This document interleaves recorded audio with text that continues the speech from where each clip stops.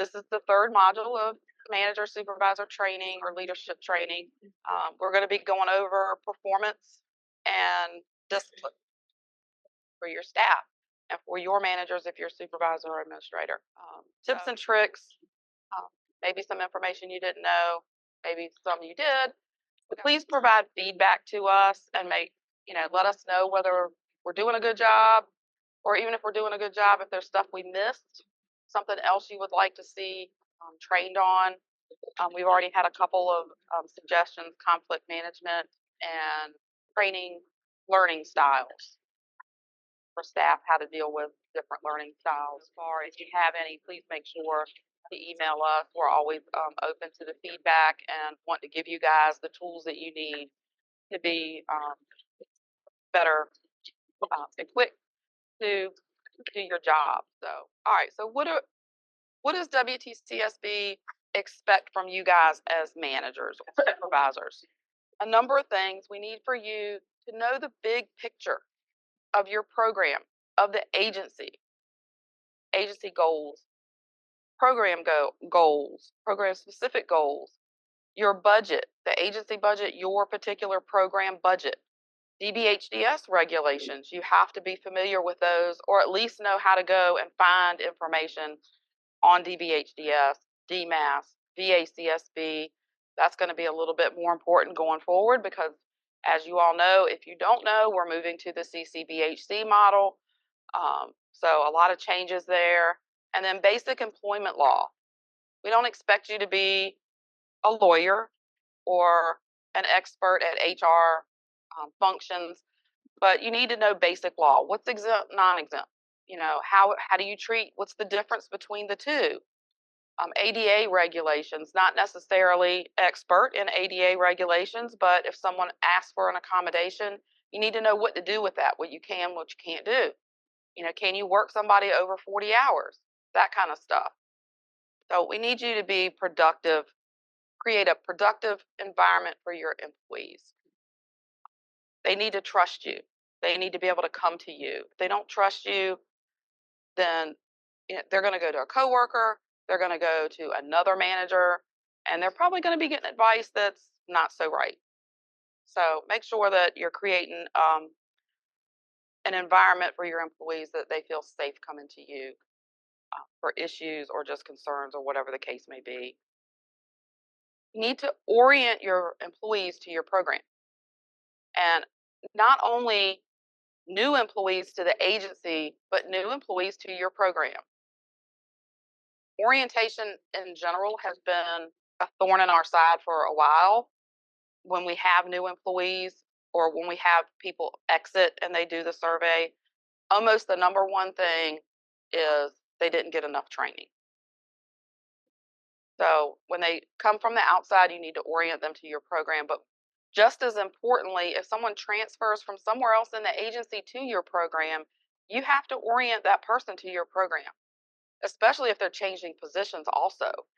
Because what they did in another program in a different position is going to be totally different, more than likely, than what you're expecting them to do in that position in your program. So make sure that you're doing have an orientation for both. So we have drafted a general orientation checklist for programs to do with your new employees, whether they're transferring to your program or whether they're new to the agency. This will soon become mandatory as soon as we get this out of draft form, that you have to complete these checklists with your new staff and send it to HR once they are oriented. The second one is an on-the-job checklist. So this is going to be more catered to your program, specific things in your program or the position that they're in that they need to know or learn outside of general agency type orientation, which is going to change based on position and or program. And this one is the one we've kind of created a sample, but this one we're asking the programs to create one for their program and their positions and send that to HR, both of which are going to be mandatory for you to return to HR to put in the employee's record. This is important moving forward, again, because we have a lot of staff, when they leave, say, I wasn't trained, or when they get written up for something, say, I didn't know, I wasn't trained, nobody showed me, nobody told me. So at least we know that they got the basics when they were hired. You may have, in fact, given them additional training later on or follow-up training, but at least we know when they were hired, they were given the basic training that they need. Now, the general one, the first one that I passed out, some of the things, if you look on that, seem kind of silly, frivolous, but to a new staff coming in from the outside, knowing where the bathroom is kind of important. So you may think it's silly, that you got to check off that you showed them where the bathroom is, but I mean that's important to a new staff, that they're not wandering around the building trying to find a restroom.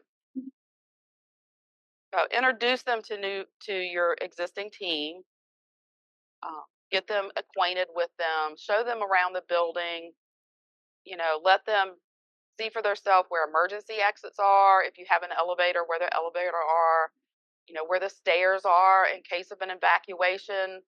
That's kind of all part of the emergency preparedness training, but that's important for them to receive on the first day.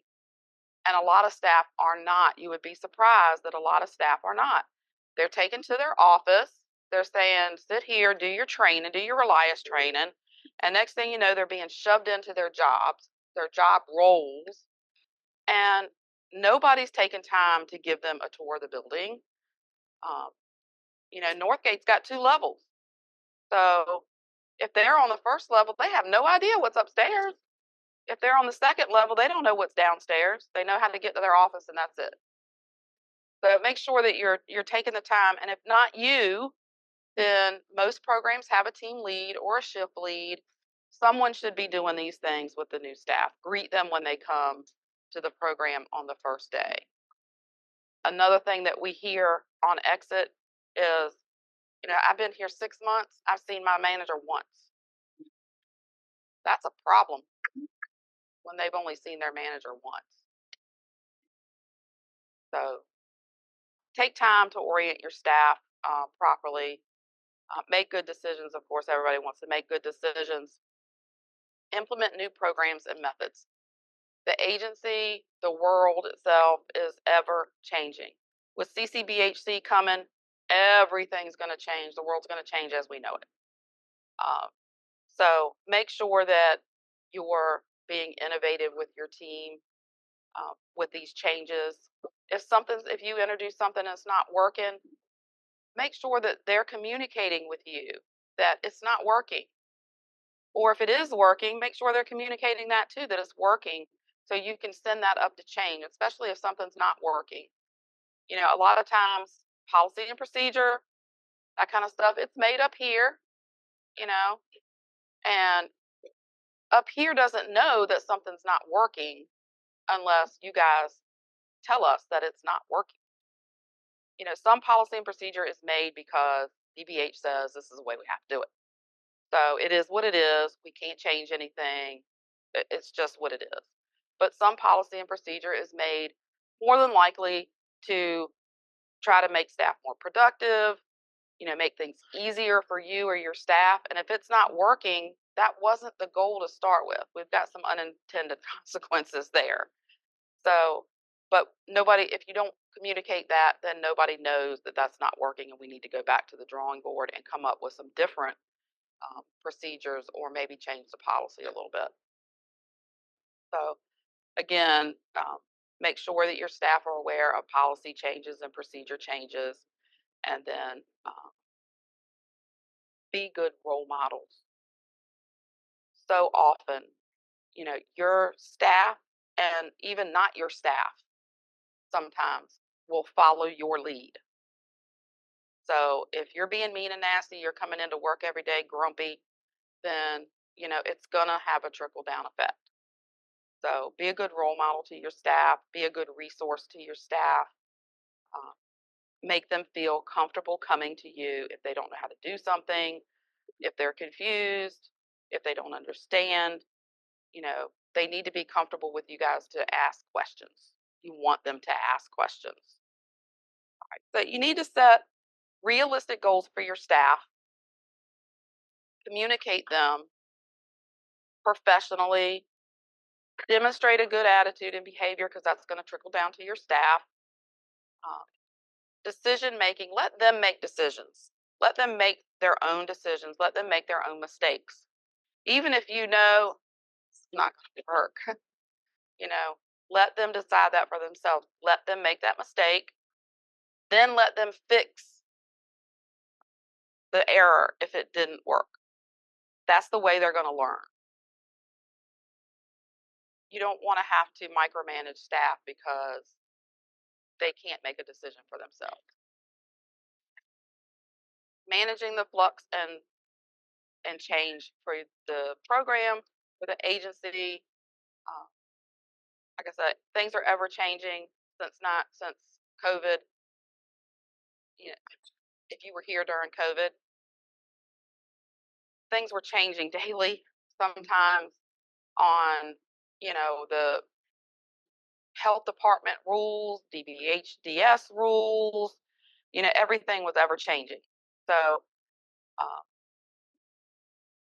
keep your staff abreast of that kind of stuff. Organization and time management. They need to have that. You need to have that. Written and oral communication skills. Oral, make sure that whatever you're telling your staff to do or when you're giving them instructions, that they understand what you're telling them. Make them repeat it back to you so you know that they heard what you intended for them to hear. Because a lot of times they don't. I'm I'm I'm bad about that. I'll give my staff instruction and I'll just think they know what I'm trying to tell them, and then 2 weeks later I'll find out that they didn't have a clue what I was trying to tell them. When I get something, I'm like, this is not what I said, but it's what they heard. So make sure that they're hearing what you're intending for them to hear, and then follow it up in writing. When you give them an assignment, follow it up with an email with bullets. And then that way, if they didn't hear what you intended them to hear, they may come back to you and say, well, I don't understand. Can you explain this to me? Because that's not what I thought you said. So always follow it up in writing. Effective meeting skills. So we kind of talked about this in both the two previous trainings. Um, when you have your team meetings, do them on Teams. It's not required that you do them on Teams, but it's going to be so much easier. You can go in there, put your notes. You can post that on SharePoint. Everybody will have access to it. So then if they do have questions, they can come back. Or, if someone didn't do something the way you intended for them to do, you can say, well, it's on SharePoint. Please go look at it. This is what you're supposed to do. That may save you later if you have to write them up, if you have to do a performance plan, and they say, I didn't know, you'll have documentation that, yes, we discussed this in a team meeting. Or even when you do your supervisions, you can do your supervisions in Teams as well. We said it's not a requirement. So regardless of whether you use Teams or don't use Teams, make sure you're documenting somewhere your team meetings and your supervisions well. Sometimes you need to motivate your staff. Not everybody comes to work and is energetic and what can I do to help? What can I do next? I'm finished with this assignment. So sometimes you got to push them along a little bit and make sure that they're not only being productive and doing the minimum job requirement, but maybe push them along to take that next step. Delegate tasks. Sometimes this is the hardest thing. When I first became a manager, this was the hardest and still sometimes is hard because I can do it faster. You know, I can give a staff something and that they're unfamiliar with, and of course it's going to take them longer to do it, then I could just do it myself and knock it out. But you're not doing yourself or your staff any favors because they're not learning, and you're burning yourself out because you're trying to do everything instead of having your staff work for you and work for the program. So make sure you're delegating. When you're delegating, make sure you're not delegating stuff to the same staff all the time, because you know that you give it to this staff and they're going to have it cranked out and back to you in no time.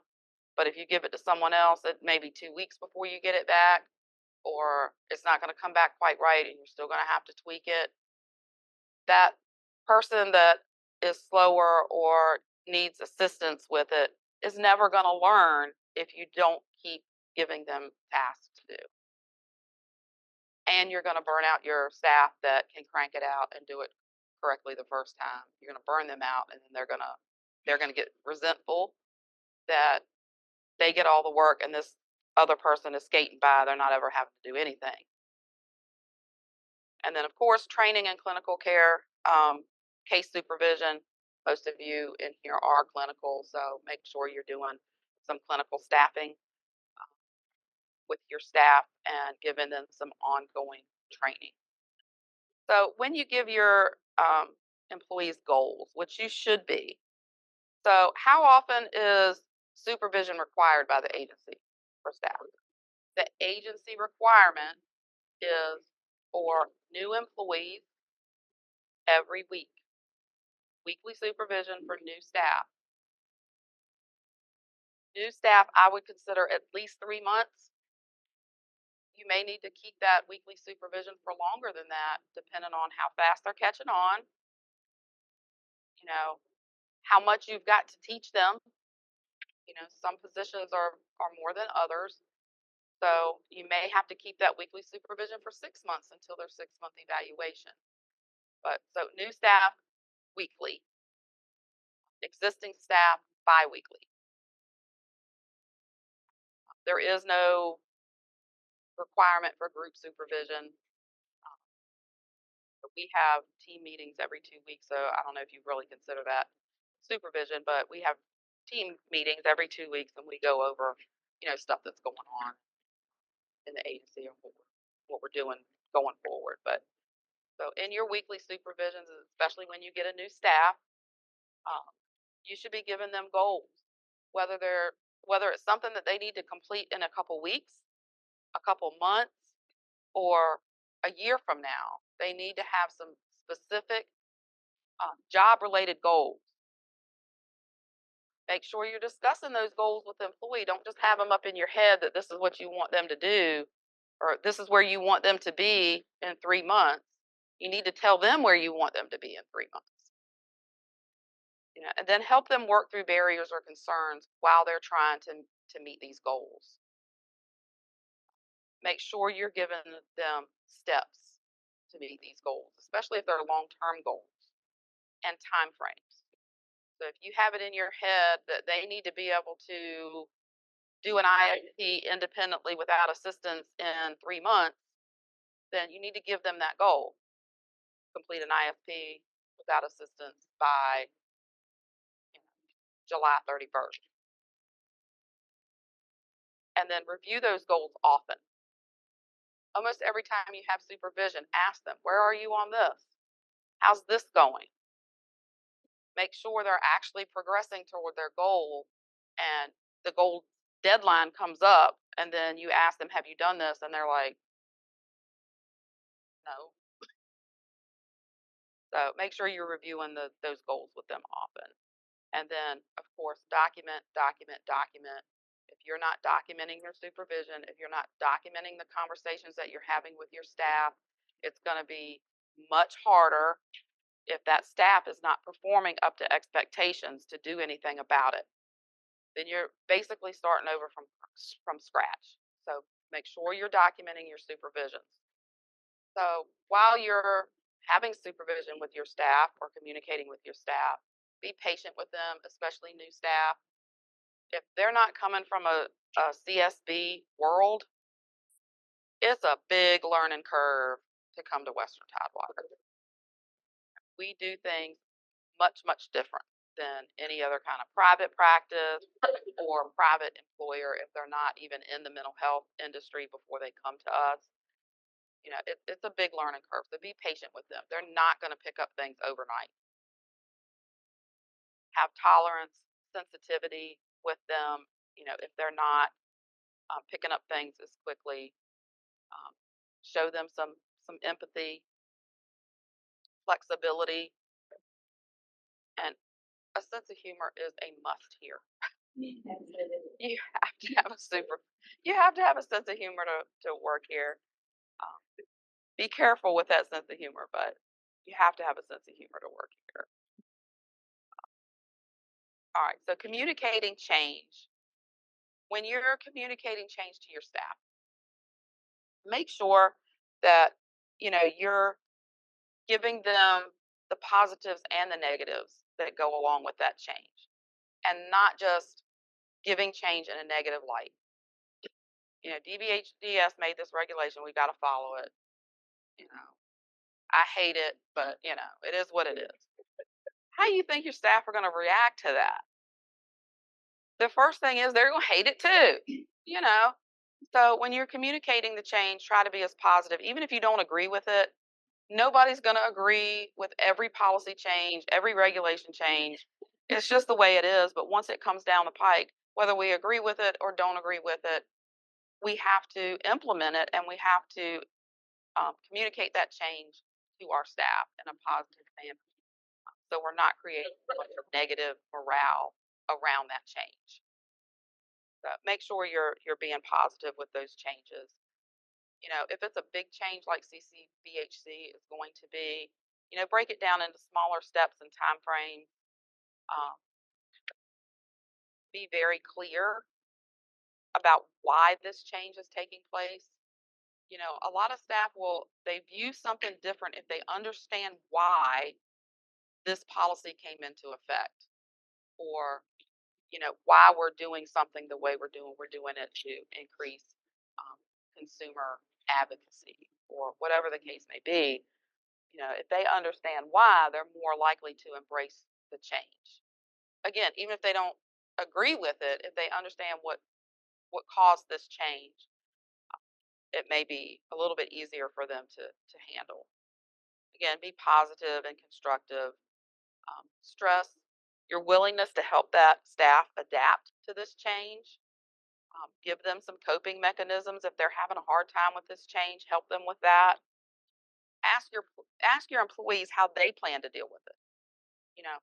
How do you plan to implement this change from where you stand? And then if that change has unintended consequences, communicate it. Have your staff communicate with you. You communicate with your supervisors or your administrators. Hey, I know that the reason why that we're doing this, but it's really not working. It was supposed to be saving my staff time, and yet it's adding an hour to the procedure or whatever it is. So that way we can come back to the drawing board and say, hey, this is not working. How can we tweak this to make it better? We can't do that if we don't know that it's not working, because I'm not doing that work. Your director, in all likelihood, is not doing that work. So let us know. We can't do anything without some clear communication.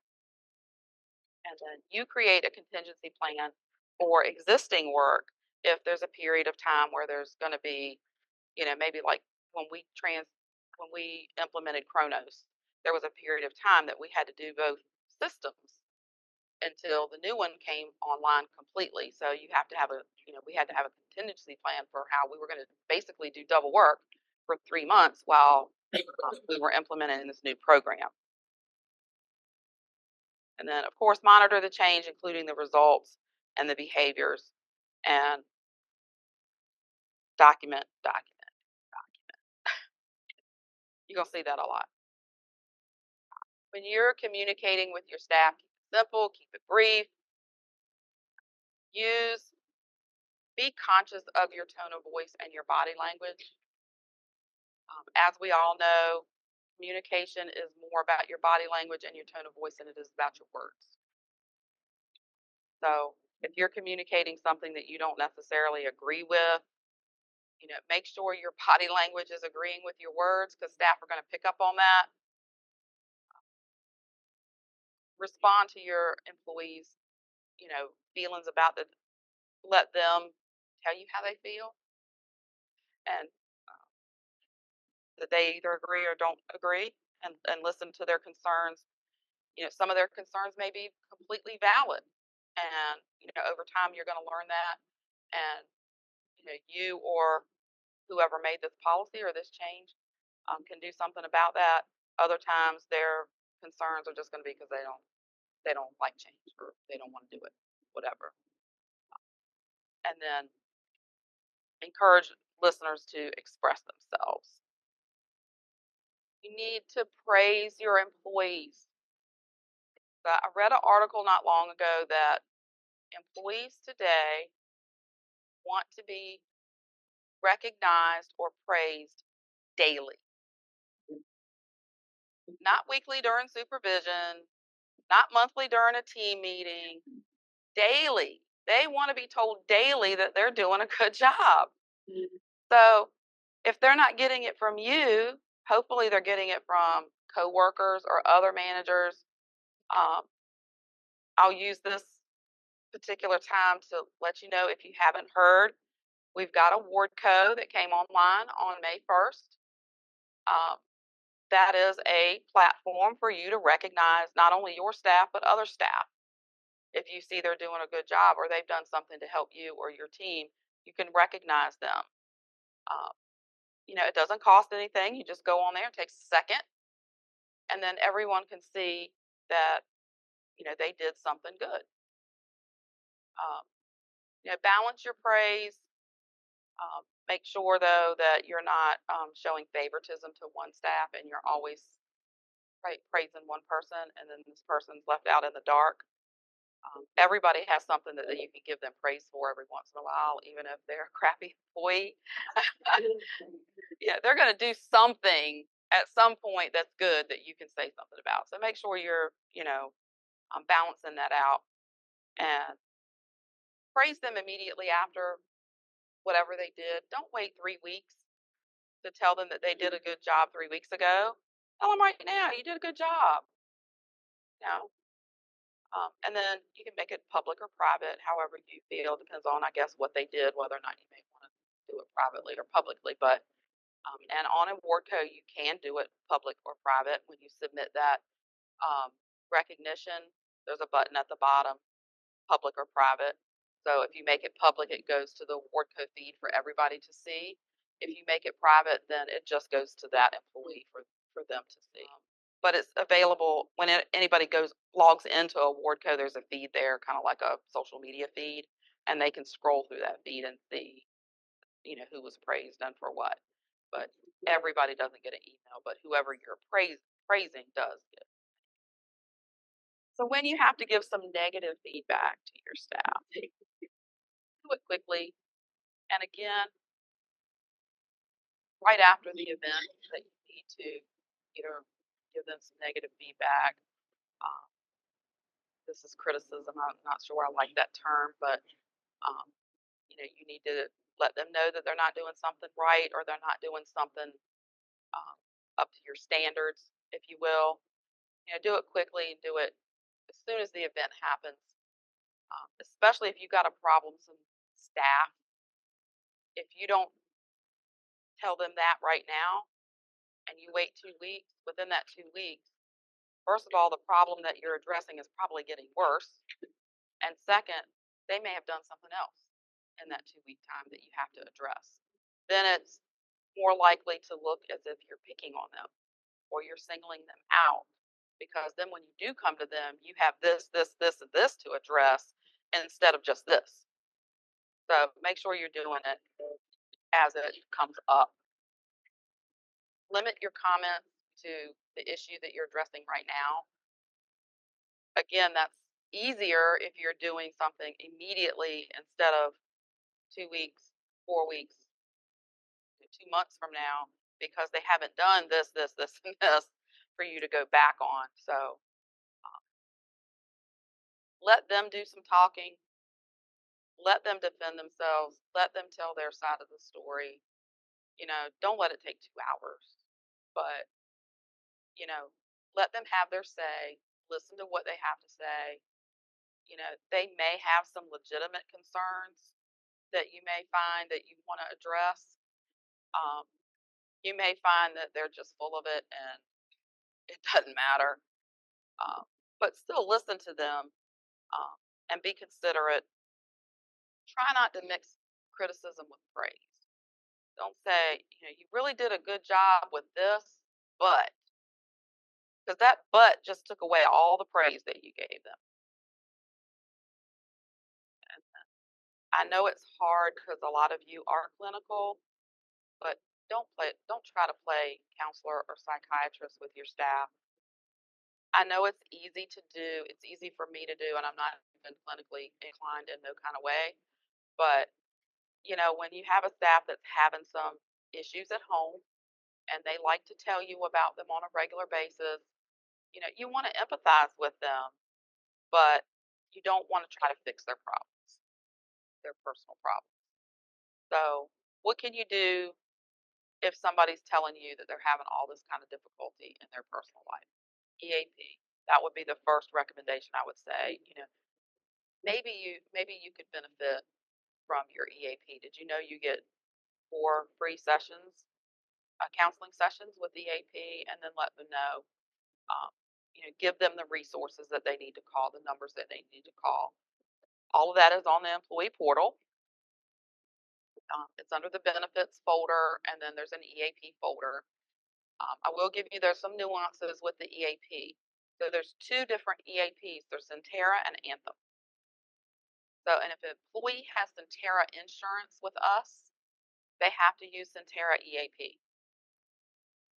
If they have Anthem insurance with us, they have to use Anthem EAP. If they don't have insurance through the agency, they use Anthem. So basically, everybody uses Anthem except if they have Centera insurance, then they have to use the Centera insurance. So make sure you're giving them the right number so that doesn't confuse them or irritate them even more by them calling and then EAP telling them that they don't have services through them because they won't be able to pull up their information. Please let them know that EAP is private. Once you recommend EAP to them, unless it's mandatory, unless you're mandating it as part of a disciplinary action, it's completely confidential.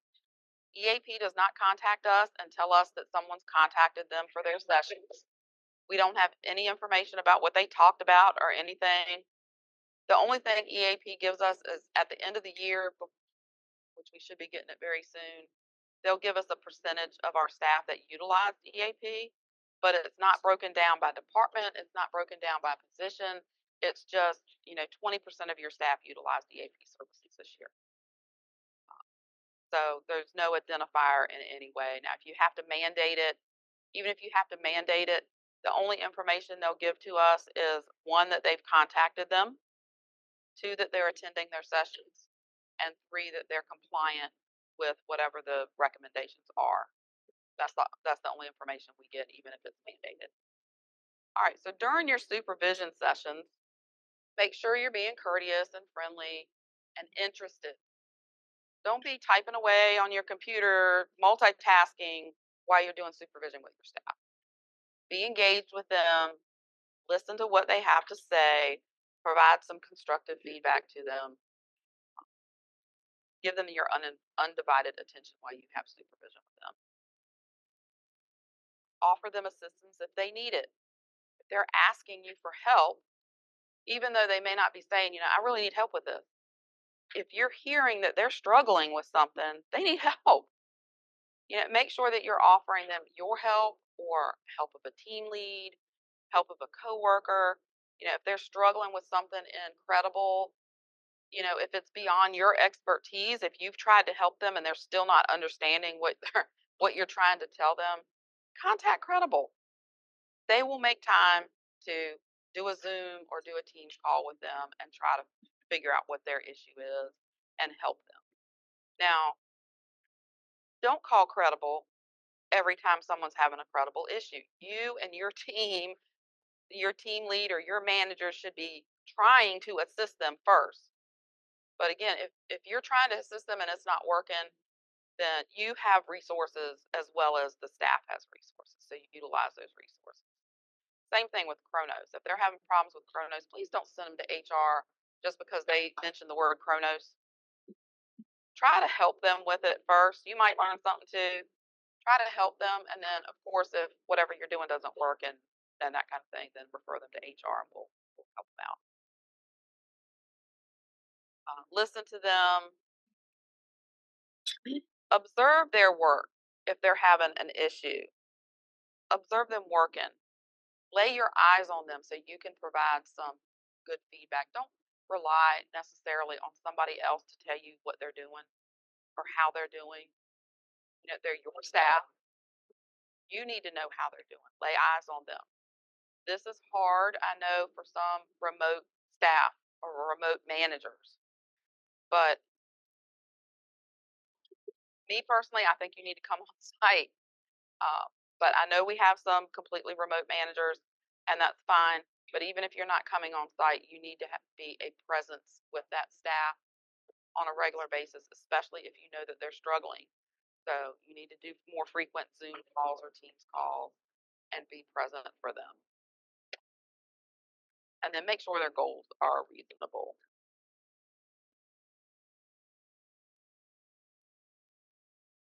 All right, so this next section is dealing with performance, and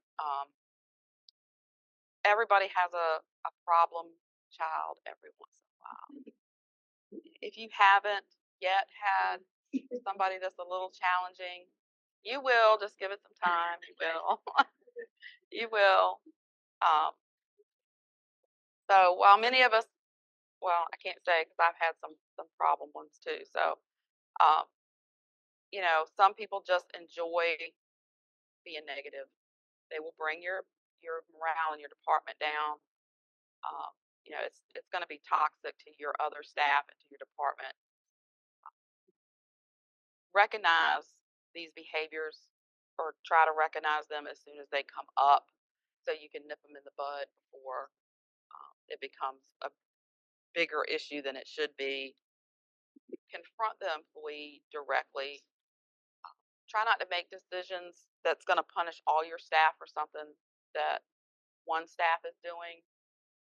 I use this example all the time because we actually had a manager do it. They had one employee that was constantly on their cell phone. Every time somebody walked past them or asked them to do something, they're on their cell phone scrolling through Facebook, TikTok, or whatever it was. And it was like pulling teeth to get them to do anything. So in a staff meeting, they announced that if any staff was caught on their cell phone for any reason, that they were going to automatically get a group one. Well, you're punishing all your staff for that action of that one staff. Why not direct that? Why not have a sit down with that one staff and say, hey, you can't be on your phone, and deal with it that way? Now, if you had the problem department wide, then there's good reason for you to do that as a team. But if it's just one person, deal with that one person. And then, of course, if you need help, ask for help, just like you expect your staff to ask for help. If they need help, if you need some counseling on what to do with this behavior or employee, make sure you're bringing that to your supervisor's attention and getting some assistance with that. So we've all had, if you haven't, you will, the complaining employee. Someone that always complains. Nothing's ever right. They complain about their shift. They complain they're tired. They complain about things at home. They complain they have to do this. They complain they have to go see a consumer. And it's just like, if you have a new employee doing that, and you're recognizing this within the first couple of weeks, you need to address it right now, because it's only going to get worse. And the next thing you know, you're going to have other staff that's saying, I don't want to work with this person. It's draining. to work with this person. So hit it head on. And then we've all had that one staff person that just makes excuses. They won't take responsibility for themselves. It's everybody else's fault. They don't do anything wrong. It's everybody else's fault, the reason they can't get their job done. And then we have that person that just, they lack any kind of motivation or get up and go. They just, you know, you have to give them a little kick, especially if you notice that early on. Again, the longer that goes on, the worse it's going to get.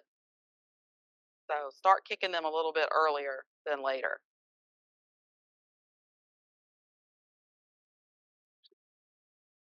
You have the staff that is just not a team player. They want to sit in their little bubble, and that's not my job. I don't have to do that. That's not my job. Kind of remind them that their job description says other duties as assigned. That's there for a reason. It may not be their job, but at some point we have to be a team. No, it is. We see that a lot, that people just don't want to go outside of their scope of things. And you cannot put every possible thing that you're going to ask an employee to do in a job description. Yeah, I mean, you just can't. There's just so many nuances of a job that you can't put every little thing or every little task that they may or may not be responsible for at some point during their career in a job description. It doesn't work that way. And that's the whole reason behind other duties as assigned. And then we have the gossiper that comes on and just wants to tell everybody's business, wants to tell all of their business, and then gets mad because somebody else told their business. So again, if you recognize this early, deal with it. It will get worse, not better. Somebody that lies. So somebody that, this person is probably the one that lacks enthusiasm and doesn't want to do anything, and everything's not my job. So then when it comes down, they'll throw somebody under the bus in a second. I didn't do that. So and so did that. But so and so didn't do that. You did that. A lot of times you can't prove that somebody's lying. Sometimes you can, but if you have suspicions of this early on in employment, you need to have a sit down with them early on. This is my favorite. The know-it-all. They just know everything. Everything was better in their last job. They knew how to do it all. We don't know how to do anything. Right? They know what's best. You don't know nothing. You've been a supervisor for 30 years, and they know better than you do. Nip that in the bud as soon as possible. So this one may or may not be a problem. Some people just don't. They prefer to stay in their little bubble, their little cubicle, and do their job task and just leave me alone. Let me do my job. That may or may not be okay. For somebody in finance, maybe. But even in finance or even in HR, they at some point they're going to have to act as a team. Someone else is going to need assistance. Someone else is going to need something. They're going to have to get up out of their little bubble and help someone else. Now, if this is a direct care staff or, a clinician or something, this is not going to be good. They're there to help other people. They probably not going to be a good thing that they want to work alone all the time. Then you have just the irresponsible person. You give them work, they miss their deadlines, their stuff's always late. They always have an excuse. They're going to tell you, I'll have it to you tomorrow, and then tomorrow comes and you still don't have it. This is really a performance issue that needs to be nipped in the bud early, as soon as you recognize it, because again, this will get worse. So now instead of missing a deadline by a day, they're going to start missing a deadline by 2 days or 3 days or a week. And next thing you know, it's going to be a really big issue. So deal with that quickly. The person just shows, again, kind of like the lacks enthusiasm. They just show no initiative. They don't want to move up. They have no desire to move up.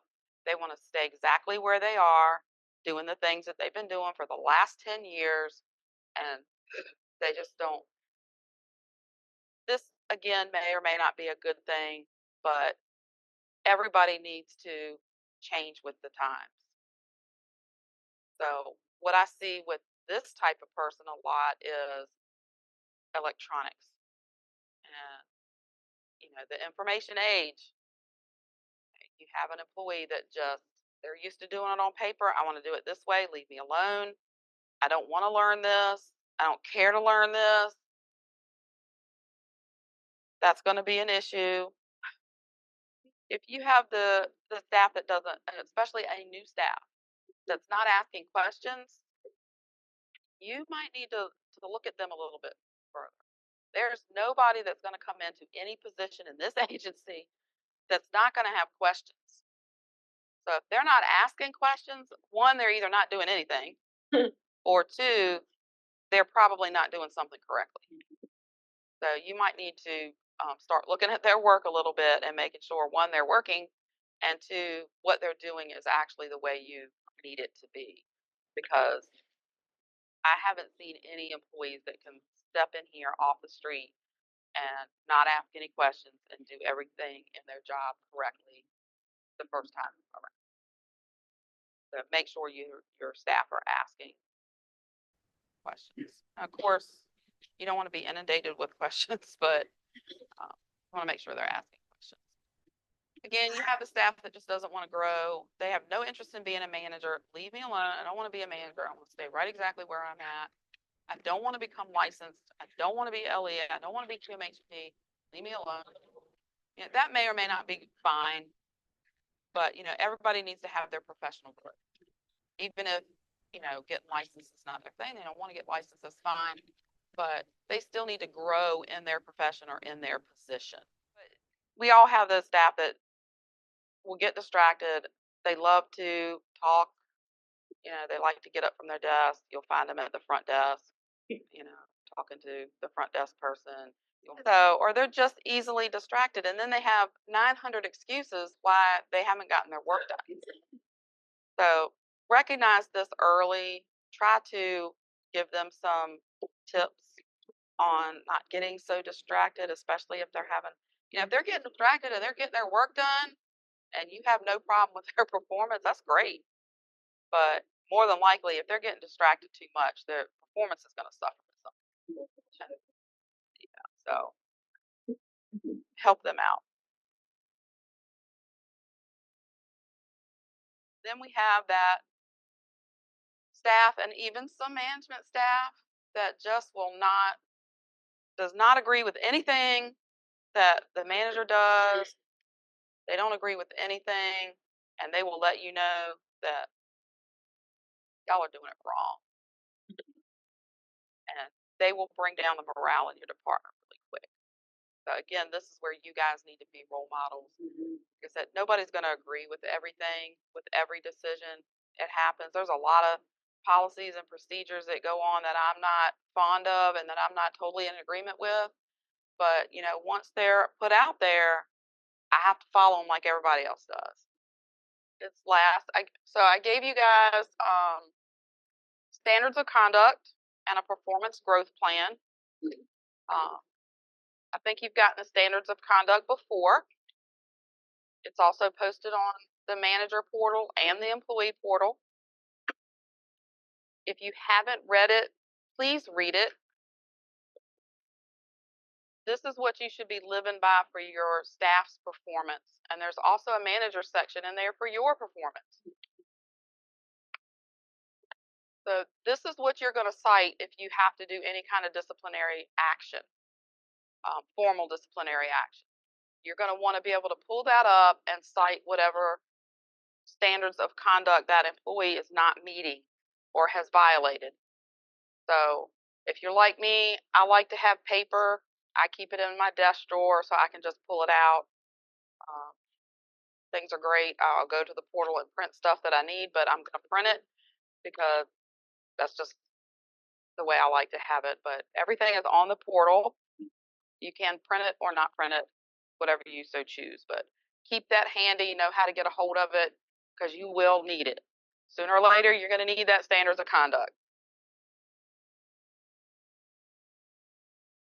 All right, so now we're going to get into the types of discipline. You've gone through all the performance stuff. You know, you've done supervision. You're doing everything the way you're supposed to do it, but yet you still got somebody that's just, they're not going to make it. And you're going to have to do some disciplinary action with them. So there's different types of discipline. There's positive or constructive discipline, and then there's corrective or punitive discipline. Most of the time, we want the staff to be self-disciplined. We want to be able to say to them in supervision, hey, this is not acceptable.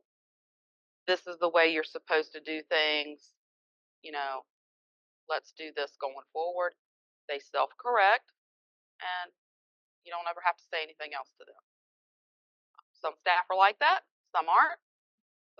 Within that self-discipline, you know, you're going to want to educate your employees on the rules, regulations, standards, expectations that you have for them.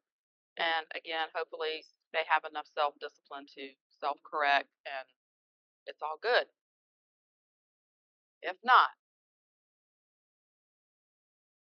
making employees disciplined by punishing those who violate the code of conduct.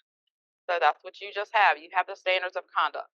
So anytime they violate anything in that code of conduct, you're going to want to issue disciplinary action to them. Hopefully, also, if you have other staff that are doing this but haven't got caught yet, they're going to self-correct and not have any disciplinary actions for them going forward. So with constructive discipline, we like to take the positive approach. So encourage positive behavior as much as possible. Promote ethical and lawful behavior. Again, this is where the role model comes in. They're going to model, they're going to follow your lead. And then give them some constructive feedback. But give them some feedback. Hopefully you can give them this feedback without hurting their feelings.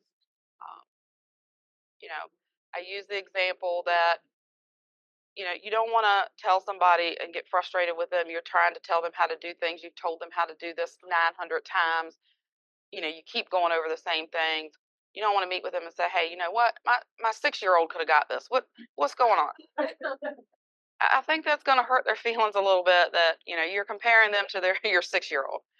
So just be careful of your language when you're delivering this kind of stuff. So the sandwich model, your workflow, sandwich model, you're going to prepare by doing the supervisions with them. Regular supervision, you're going to compliment what they're doing wrong. You're going to coach them on what they're not doing so right. You're going to compliment them on what they're doing right. I'm sorry. And coach them on what they may be doing wrong or need to improve on.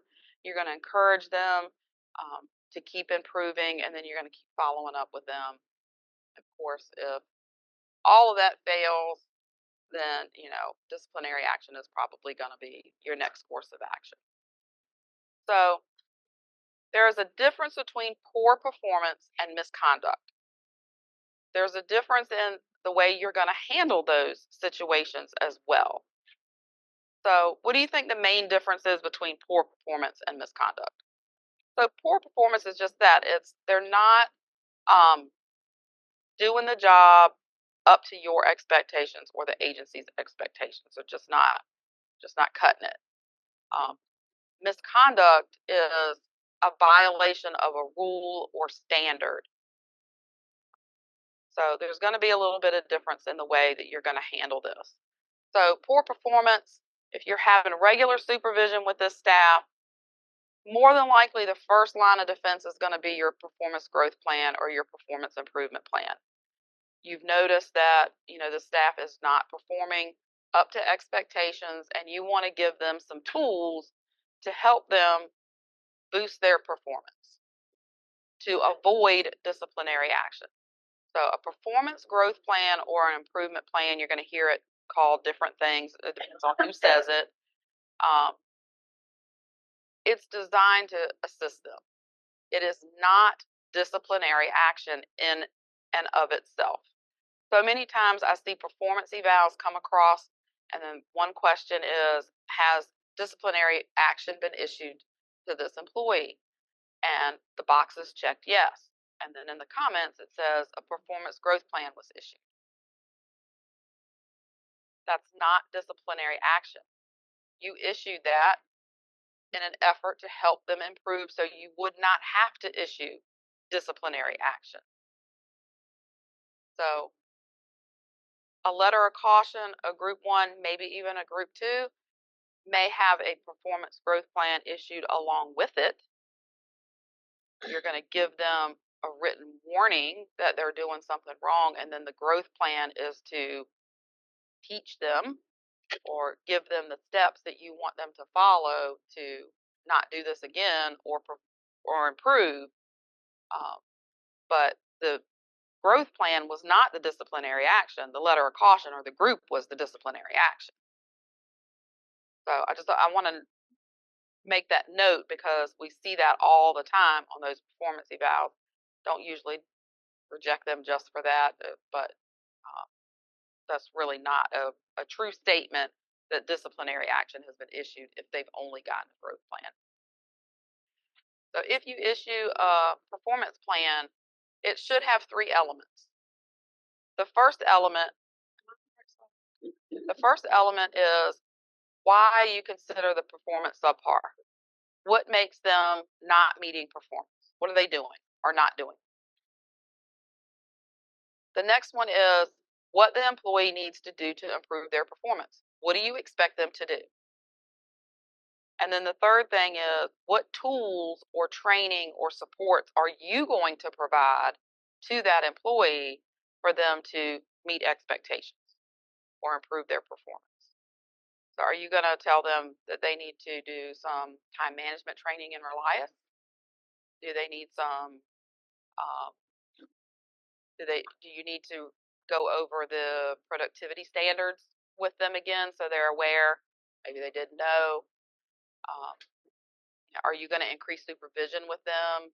Are you going to give them some documentation training? Say they're not, their documentation doesn't have the right elements in it. Are you going to give them some training on that? You need to spell that out, exactly what's going to happen. And then you need to give them a deadline for this. Most performance plans should not go beyond 30 days. 30 days is more than enough time for them to improve their performance, no matter what it is. So they may not, at the end of that 30 days, say they're having problems with their documentation, with the content of the documentation. You're training them, you're meeting with them. You can see that their documentation is improving. It's still really not what it should be, but you can tell that they're making an effort and it has improved since you first issued that growth plan. So at that point, you can extend the growth plan for another 15, 30 days if need be. But at the end of that first 30 days, if their documentation looks exactly the same as it did when you issued that performance plan, then you need to move on to disciplinary action because they're not even making any improvement. You're not going to extend that growth plan hoping they're going to make improvement that they haven't made in the last 30 days. So poor performance is usually going to follow the progressive discipline type model.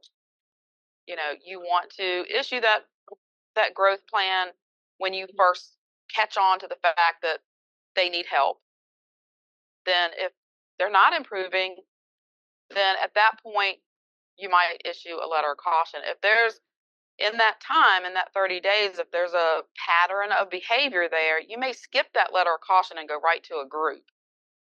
So just because something is progressive doesn't necessarily mean that you have to hit every single block in that workflow.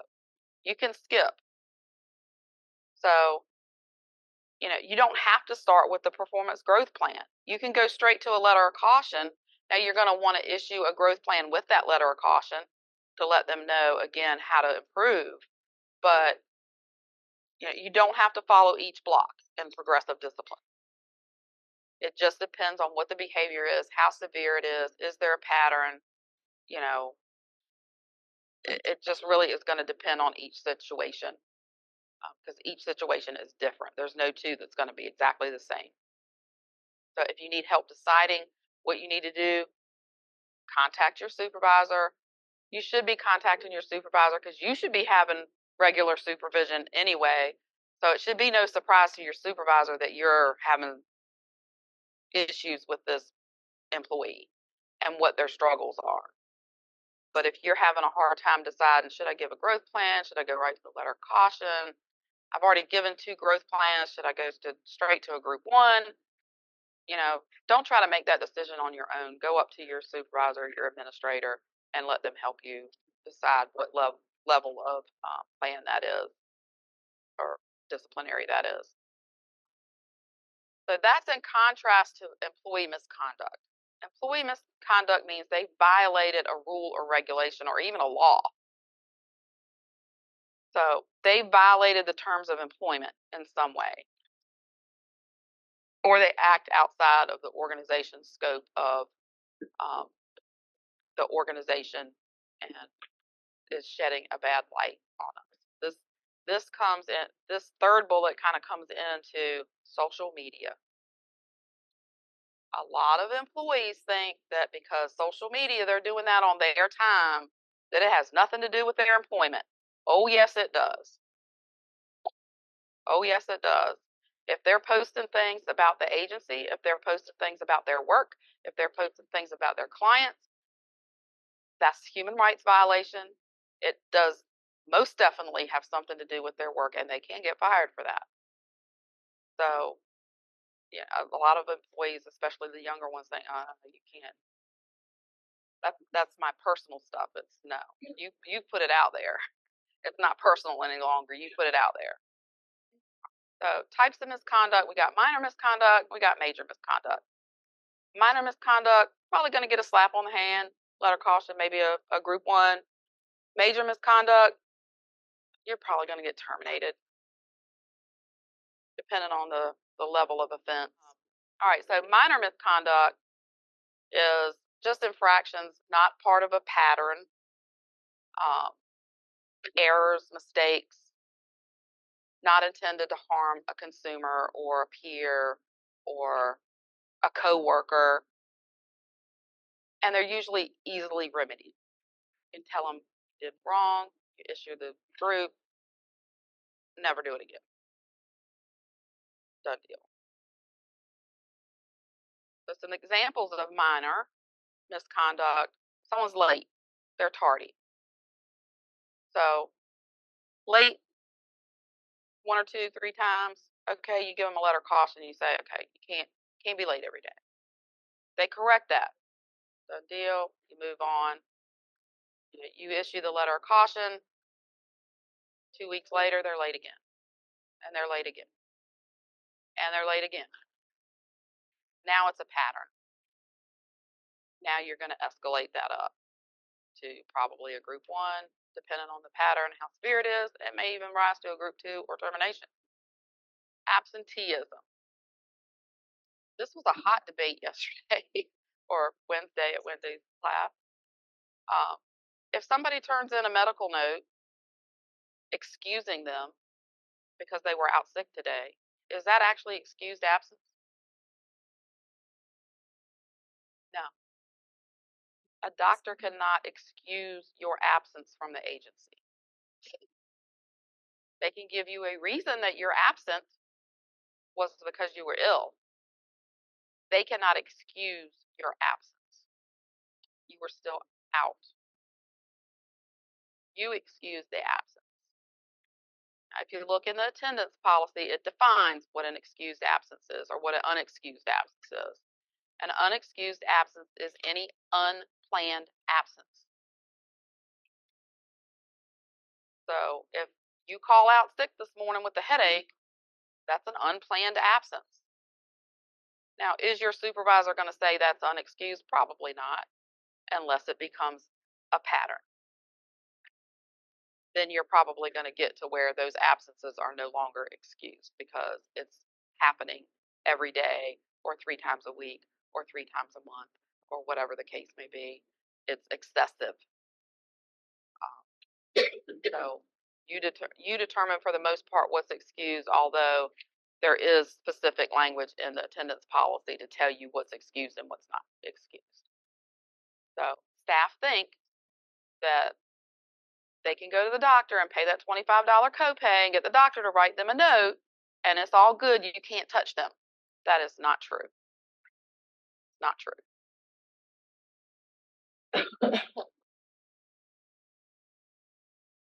All right. Negligence at work or carelessness. Like it said before, if this is just a mistake, this is a one-time thing, again, minor. They didn't intend for somebody to slip on the banana peel and get hurt. It just happened. I'm sorry. It won't happen again. They're going to get a letter of caution, maybe a group 1, depending on the severity of the incident and whatever the negligence or carelessness was, but you're not going to get terminated for it. It was an accident.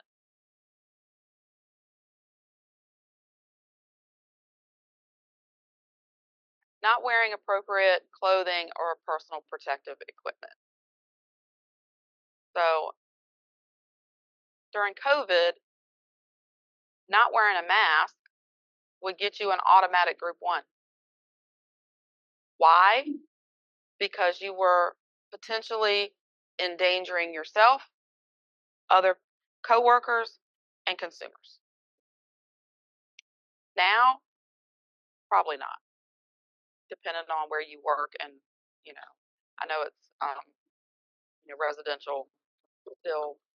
I don't know if they're requiring it or they're just making it recommended that they wear a mask. Mary, they still depends on whether there's a outbreak at that facility. Yeah. So not wearing appropriate clothing, again, usually it might be minor misconduct, but you're going to know somebody's not wearing appropriate clothing, and you're going to tell them. Probably going to have a conversation with them first and say, hey, you can't wear that at work, and you're going to expect them to change that and not wear that at work anymore. And if they continue, then you're probably going to do a letter of caution or a group 1, and if they continue again, it just escalates from there. But again, you would expect staff to be self-correcting on that once you make them aware that they can't do that. This also brought a bunch of conversation the other day in the training. Refusal to work a reasonable amount of overtime. Now, I can read this 2 ways. One, your program is on a strict deadline. You've got to get something done, and it's got to be done by close of business tomorrow. So you need everybody in the department to stay late tonight and work on that. Somebody refuses. This brought up a lot of questions. You can't make staff work. Yes, you can. Yes, you can. You have to pay them overtime if they're non-exempt, but you can still require them to work. So that's a misconception on the manager's part and on the employee's part that you can't make somebody work overtime. Yes, you can. So the other way to read this is you've got somebody, and we see this a lot in residential and 24-hour facilities. You got somebody that will pick up every open shift there is, and next thing you know, they got 120 hours on their time card. That's excessive. That's not reasonable. You can't function after you've worked that many hours reasonably. So both issues may become an issue. Still minor misconduct, you'd want to address it with them and expect that they would correct that immediately.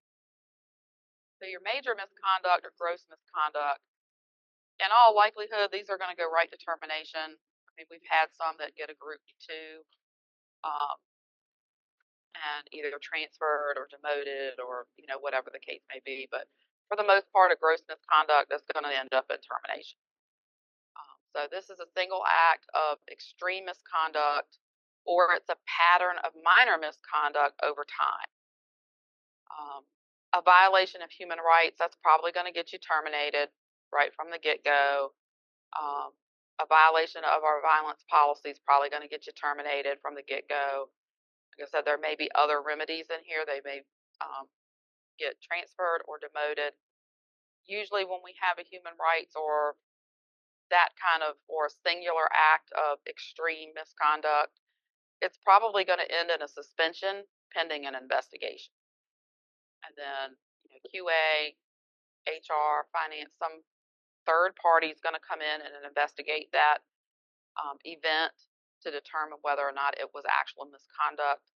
If it was, the person's probably going to get terminated. If it wasn't, then they'll get reinstated, depending on the outcome of the investigation.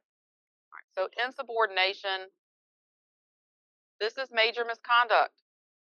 And I hear this all the time from managers that their employees are telling them what they are and aren't going to do. If your employee tells you, I'm not doing that, that is insubordination. It's grounds for termination, especially if they don't do it. Now, we had somebody yesterday that said their staff always grumbles and says, I'm not going to do that, I'm not going to do that, but they do it anyway. Maybe if they do it anyway, but still some disciplinary action needs to go in there at some point. If they're telling you they're not going to do it, it may not be insubordination, but it's a negative vibe. It's not. It would warrant at least a letter of caution, if not a group one, for them to tell you they're not going to do something. All right, false allegations. You like to think this doesn't happen, but it does. It happens all the time. Staff will take a notion that they don't like another staff, and next thing you know, they're spreading gossip about this person that is completely not true. That's gross misconduct. You can't have that going on in your department. And they may be spreading gossip and telling stories about you because they don't like you. So it really doesn't matter who they're throwing false accusations against. It's still gross misconduct. Theft or misappropriation of time. So if someone is punching in from home when they're supposed to be at the office, and then they're driving to work, that's theft of time. We don't pay for commuting time, never have, never will. You can't get paid to punch in from home and then drive to work. You get paid once you get to work and get to your office. Now, I know came up, this is a little bit harder to regulate with remote staff. But we still have had on occasion with remote staff, if they're remote, you're expecting them to work from home, from their home. If they're working from any other place than their home on their remote days, then they're supposed to be getting permission from you. Because we don't want them working at Starbucks, especially if they're clinician. We don't want them discussing client information sitting in Starbucks. We don't want them working at someone else's home where there might be, now it may be allowable, say they're taking care of their elderly mother or whatever, and they have to be there for a home health agent to come in or whatever. Okay. As long as they can get in a room that's private, that might be acceptable. But they still have to let you know that that's what they're doing, and you have to approve it. They can't just decide, oh, today I'm going to go to my mom's and work. They have to let you know that. So if you see them punching at a place outside of their home, then that may or may not be theft of time. We actually had a lady in the first training said that she had an employee that was remote that she saw punching from Texas. That's a problem. That's a problem, especially if you didn't know that this person was in Texas. That's a problem. So are they working? Yeah, maybe. They might be on vacation for all we know and just punching in. So theft of time is gross misconduct. Not always a terminating offense. It can be. Say you find this on a new staff, they're punching from home and, they're driving to work. You address it. You say, hey, you're not allowed to do this. And they fix it. They don't ever do it again. So you've addressed it, maybe issued a letter of caution, which you should have. They fix it, it's a done deal. But, next week, if you see they're still doing it, and then next week you see they're still doing it, then now it's gross misconduct because they're stealing time. They're not working for time they're getting paid for. Just to let you know, and we let staff know in orientation, even though they're going to tell you that they don't. If there is a clock at their location, they're required to punch at the clock. Now, I know we've had some issues with the clocks lately. We are getting them fixed. We actually got new badges. As soon as we get done with open enrollment stuff, we'll be calling staff to issue the new badges. So going forward, the clocks will work. But if there's a functioning clock at their location, they are required to punch at the clock. Yep. If they work at a site that does not have a functioning clock, or they are a remote employee, or they work in the community, then they are required to use the app to punch with location services turned on. They are not to punch using their computer. They have to use the app with location services turned on. Now, how many of you guys have viewed someone's punches on the punch map? All right. On their time card, go up in the right-hand corner of the time card, there's 3 little dots. You can click on that. And I think it's under utilities. And then go to punch map. And a little map will come up, a GPS map, and you can even put it on satellite view. So you can actually see trees and parking lots and cars and everything. And it'll give you a little pin that tells you exactly where they punched. It is very accurate, even though the staff will stand you down that they did not punch there. I like this analogy, and actually I just heard it for the first time a couple weeks ago, but I like it and I'm going to use it from now on. So how many of you guys use your phones for navigation, for directions? Everybody, just about. So when you have your phone on, it tells you to make a right-hand turn in 500 feet. That's pretty accurate, isn't it? In 500 feet, you got to make that right-hand turn, right? Okay. It's the same GPS that records their punch location. So it's at least accurate within 500 feet. Sometimes. Now, I got to say, when I was punching and I punched from home, it actually looked like I was at the neighbor's house for some reason. I don't know why. It always looked like I was in the neighbor's front yard.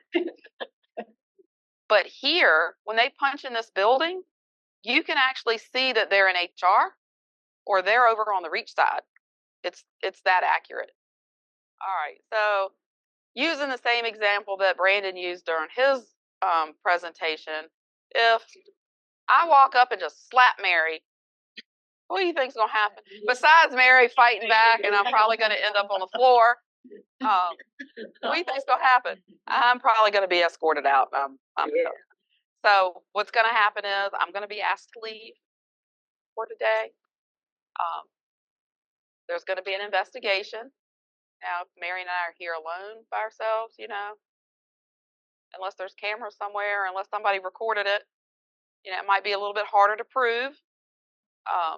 But if there's people around, we'll get witness statements. If there's video, we'll pull video down to prove that Mary's allegation that I slapped her is actually correct. And if I did, I'm going to be terminated. If I didn't, if Mary's just telling a lie because she doesn't like me, then I'm going to be reinstated. I'm going to come back to work. So using abusive language, um, this says to address superiors, but I'm going to take that out going forward because you should be using abusive language to address anybody, regardless of whether it's a superior or not. If they're talking to coworkers like that, they're going to talk to anybody like that, and they may even talk to consumers like that if they're going to talk to their coworkers like that. So that needs to be addressed. Again, probably an investigation is going to occur. Um, we're going to find out if somebody's just telling a story on them, somebody's exaggerating a story about what they actually said or what they actually did. But if it's proven that they used abusive language, then they're probably going to be out the door. All right. Impairment. This brought up a lot of conversation again, um, especially with the legalization of marijuana. This seems to come up more and more and more. Um, if somebody comes to work and they're talking to you and you just smell the Jim Beam coming off their breath, they're probably impaired, but there's a slight chance that they may not be. They may have had a drunken bender the night before and they didn't brush their teeth when they woke up and they are still reeking. Um, you know, Same thing with marijuana. Actually, even more difficult to prove with marijuana than it is with alcohol because marijuana impairment doesn't necessarily present the same way that you do when you're drunk. When you're drunk, you're going to slur your words, you may stumble, you know, you can usually tell when somebody's had a little bit too much to drink. Um, if they've smoked a joint before they walk in the door, it's a little harder to tell.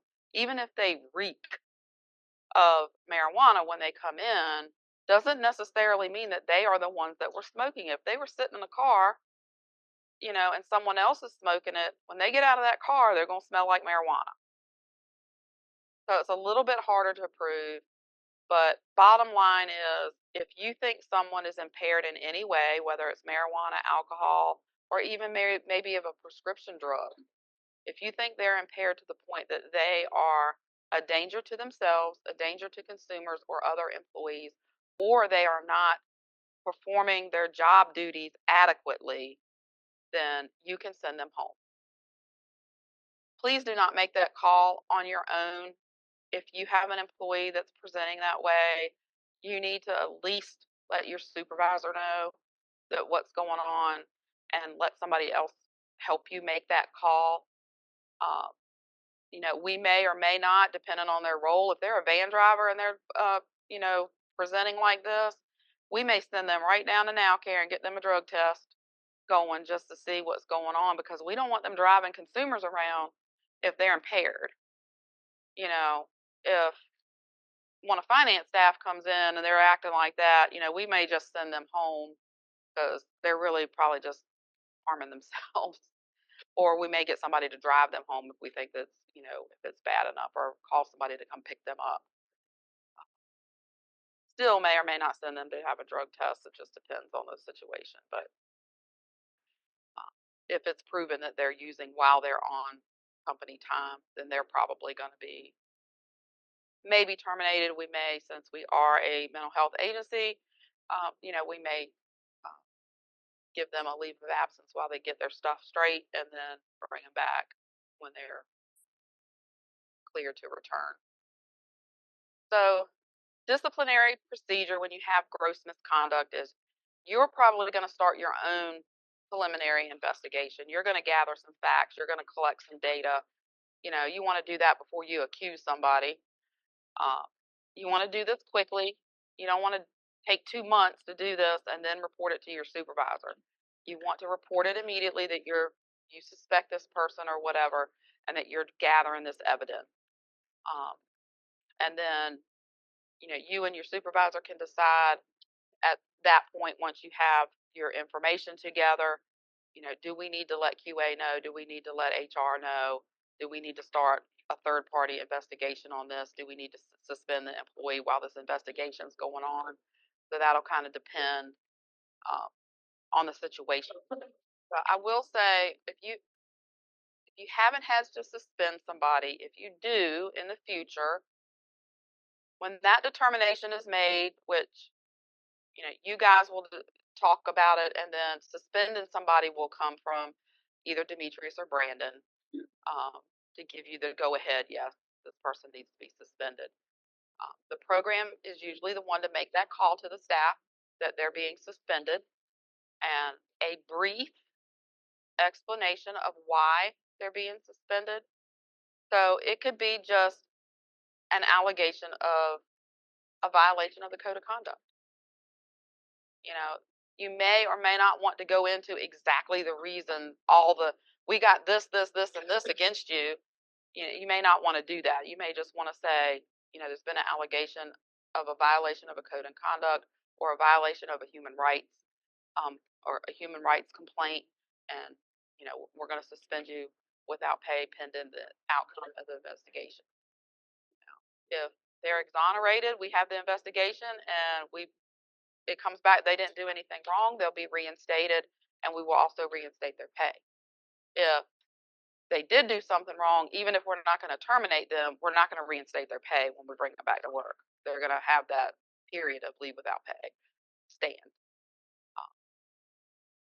But so we're going to have to show the mistakes or whatever the event was that was committed, determine the gravity of those mistakes, the charges, and formulate a corrective action or remedial action for those.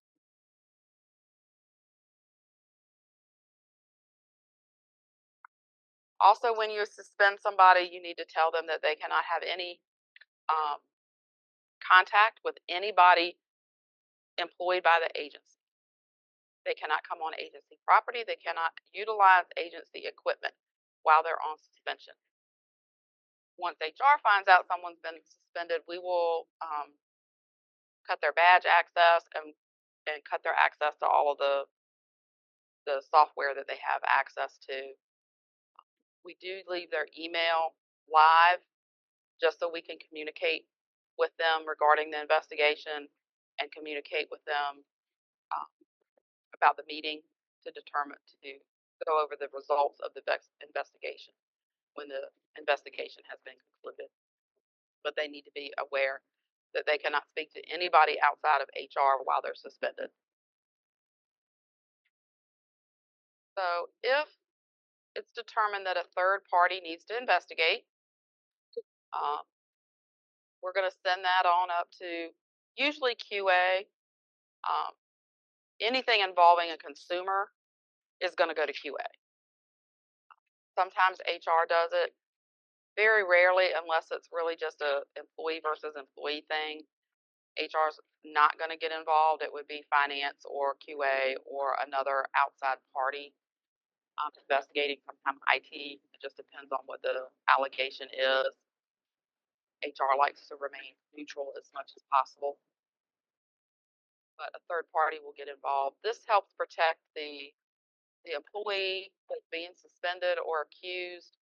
It also protects you.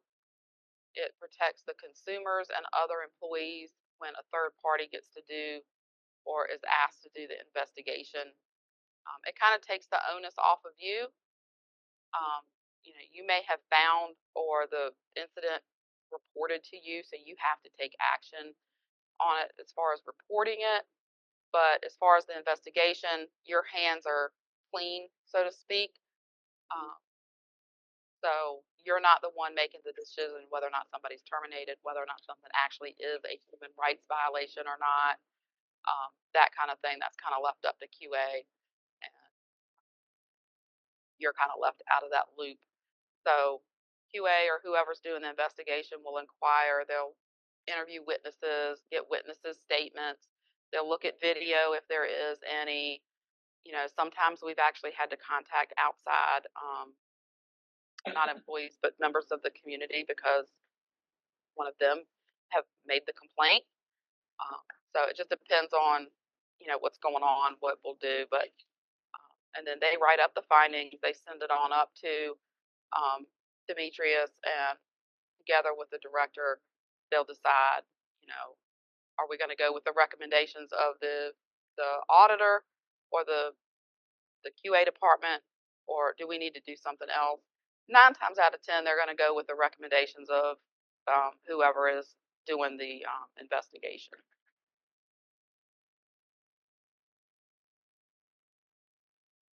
So punishment for these things, again, warnings, written or verbal. Very seldom is misconduct a verbal warning. It's usually written in some form or fashion.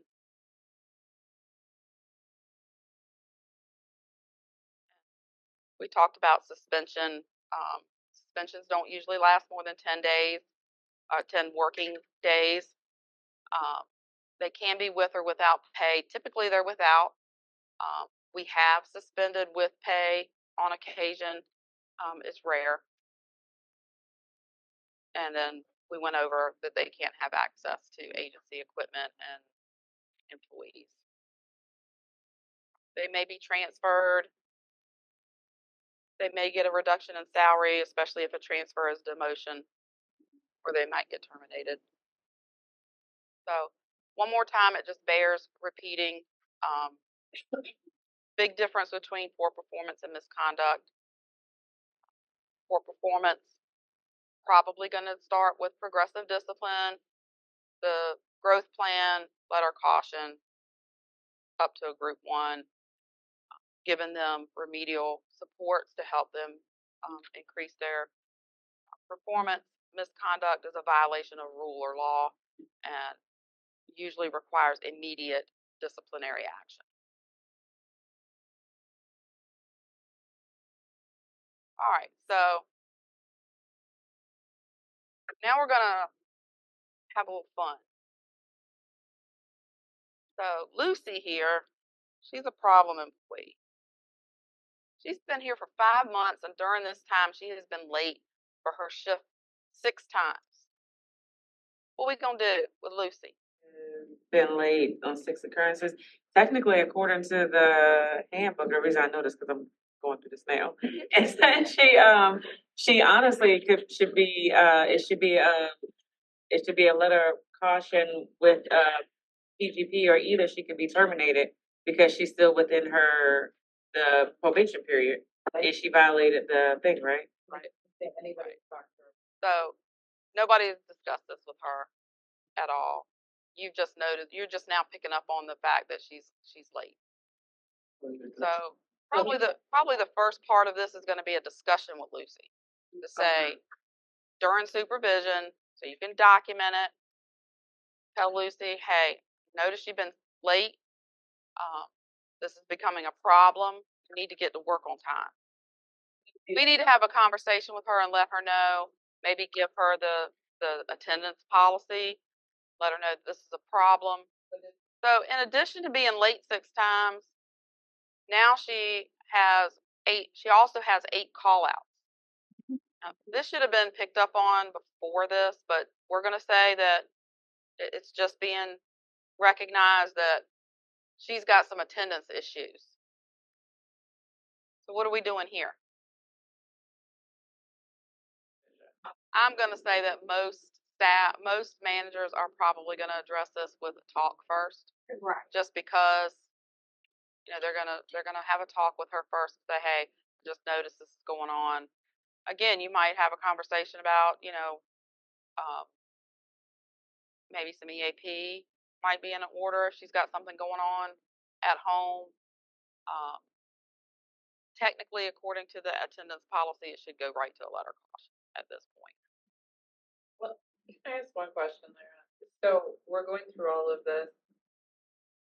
It is my understanding, and I've only been here a year and a half, but that is kind of the culture we have. This presentation is because we want to shift that culture.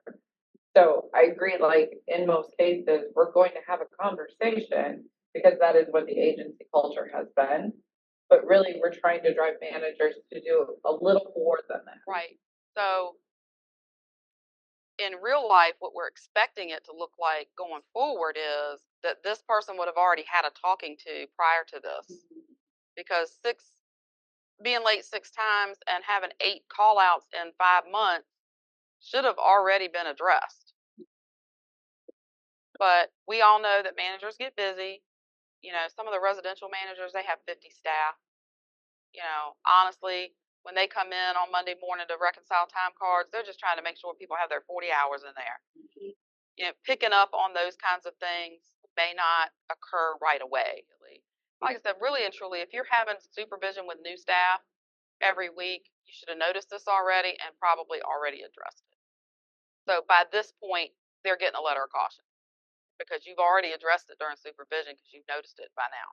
You should have. So Lucy has no call and no show Monday and Tuesday, and this has nothing to do with A and B. This was a separate incident. She's just no call, no show for 2 days. What are we gonna do? So really, it's kind of going to depend. If this is staff that's never missed a day of work, they're not late, they don't ever call out, and all of a sudden they have 2 days of no call, no show. More than likely you're going to call them. Reach out to them if they don't answer. You might be looking at trying to get a hold of emergency contact, doing a welfare check on them. Find out everything okay. This person might be in the hospital. They might be, had an accident or something and can't contact anybody. If this is somebody that hasn't no called before, but they're calling out all the time, they're late all the time, you're really not in a big surprise here. You're still, of course, going to want to reach out to them, but if they don't call you back, you're probably, when they do come back to work, they're going to get some disciplinary action if they do. If they've no called, no showed, and this is, they're having attendance issues anyway and they're a problem employee, chances are they're probably not coming back. You may never see them again. But if they do come back, then, they're probably going to be facing some disciplinary action or should be facing some disciplinary action for the no call, no show.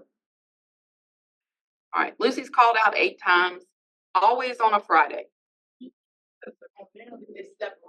Yeah, these are separate. These are all separate incidents. So she's called out all these times, and now you're finally putting the pieces together. You know what? Every time she calls out, it's a Friday. She might need some EAP. Maybe something's going on that she's calling out every Friday. Maybe she's got maybe daycare is not available. Maybe she's got a sick parent she's having to take for dialysis or something every Friday and just hasn't shared that with you. So there may be something you can do if you can have her work 10-hour days to be off on Friday, if that's the case. You could make that, if that's possible. That may not always be a suitable remedy to that situation, but if you can make that accommodation for her, you would also want to have her reach out to HR and start some FMLA if she's eligible. If she's only been here the 5 months, then she's not FMLA eligible anyway, so it's a moot point. But you're finding out she's calling out every Friday just because she wants to start the weekend a little bit early, then we got a problem. We got a problem. You might need to address that. All right, Lucy has 3 incidences of leave without pay. She doesn't have all the others other than the fact that if she's got leave without pay, it's probably an unexcused absence. So really it's going to depend. A lot of times staff fall into this never-ending cycle. So in case you didn't know, every time someone has leave without pay in a pay period, they lose their accrual. They lose their annual leave accrual and their sick leave accrual. So it's very costly for someone to have leave without pay because they're basically losing almost 8 hours of leave accrual. So, and it doesn't matter how much leave without pay. So if they have 0.25 because they were 15 minutes late and didn't have leave to cover it, they still lose 8 hours of accrual for that pay period. So if they have 0.25 of LWOP, they've lost 8 hours of accrual. So if it's conducive to your program, you might have a conversation with them and say, hey, you can't be late or you can't be leaving early. But in the instance that you may need to, we can work with you on that and we can schedule adjust that time. Just let me know ahead of time. They have to have prior approval to schedule adjust at any time. So if they're 15 minutes late and you have the flexibility or they have the flexibility to do so, they can come to you and say, hey, can I stay 15 minutes late tonight because I was 15 minutes late this morning. You can approve that if it's within their scope to do that. Now, direct care staff, residential staff, they're relieving someone else. So them being 15 minutes late is a problem. And if they stay 15 minutes late, you're paying them for 15 minutes that you didn't really need them there because somebody else is there. Right. And then you've had to pay somebody overtime to cover their 15 minutes that they were late because someone else had to stay because they weren't there on time. So that might not work. They may just have to eat that 0.25 of leave without pay, and hopefully that will make them learn their lesson. Then they need to get to work on time and not lose that 8 hours of accrual, another pay period. So it's not always possible, but if it is possible, let them know that you'll work with them on schedule adjust time so they won't have that instance of leave without pay. Otherwise, if they do, then at some point you're gonna have to write them up because leave without pay is not allowed according to our attendance policy and our leave policy. Lucy's been employed 8 months and has all of the above. Yeah, she's probably out the door because she's probably already got a letter of caution. She's probably already got a group 1, so she's looking for a group 2 or probably a group 3, and she's gonna be gone. I mean, it's kind of, you have to take it case by case, but for the most part, you do want to try to treat everybody the same because you may have somebody that had COVID and have legitimate reasons for being out, but then you may have the other staff that says they have legitimate reasons for being out, but 1, you don't believe them, and 2, they're out all the time. And every time you turn around, they're out. And every time you turn around, they got a doctor's note for being out. But they're still out, and it's still creating an issue for your department. It's still creating morale issues because other people are having to pick up their work. So every situation is different. But of course, it's different if someone has COVID and they're out and they have LWOP one time.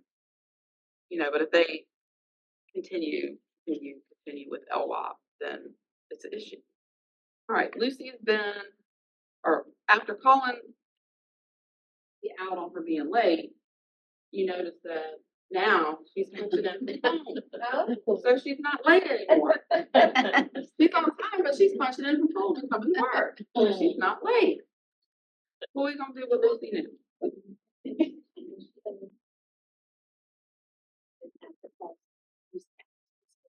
Right, you already spoke to her, maybe even gave her a letter of caution already on being late. So now you determine that she's stealing time. Yeah, she's gonna get. So G goes with A. You called her out on being late. You gave her a letter of caution for being late. But now you notice that miraculously she's always on time and she's always punching at 8 o'clock right on the dot. Gross misconduct. Yeah, you're probably gonna go right to a group 1 or group 2, depending on the pattern. You may notice that this has just happened a couple times since you called her out on being late.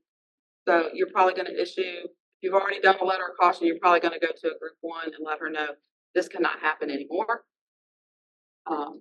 If you find this and then you go back in her time card 3 months and you find out that once a week or twice a week she's punching in from home and driving to work, then there's a pattern. She's probably going to be terminated. Because she knew all along that she wasn't supposed to be doing that. And you had already called her out on being late. So yeah, she's probably going to be gone. So there is a slide on how to deal with all of these, and you'll get that, but I'm not going to go over it because we went through them individually. So say we're on B, we're going to issue a letter of caution or even a group. So when you issue disciplinary action, you need to be specific as possible.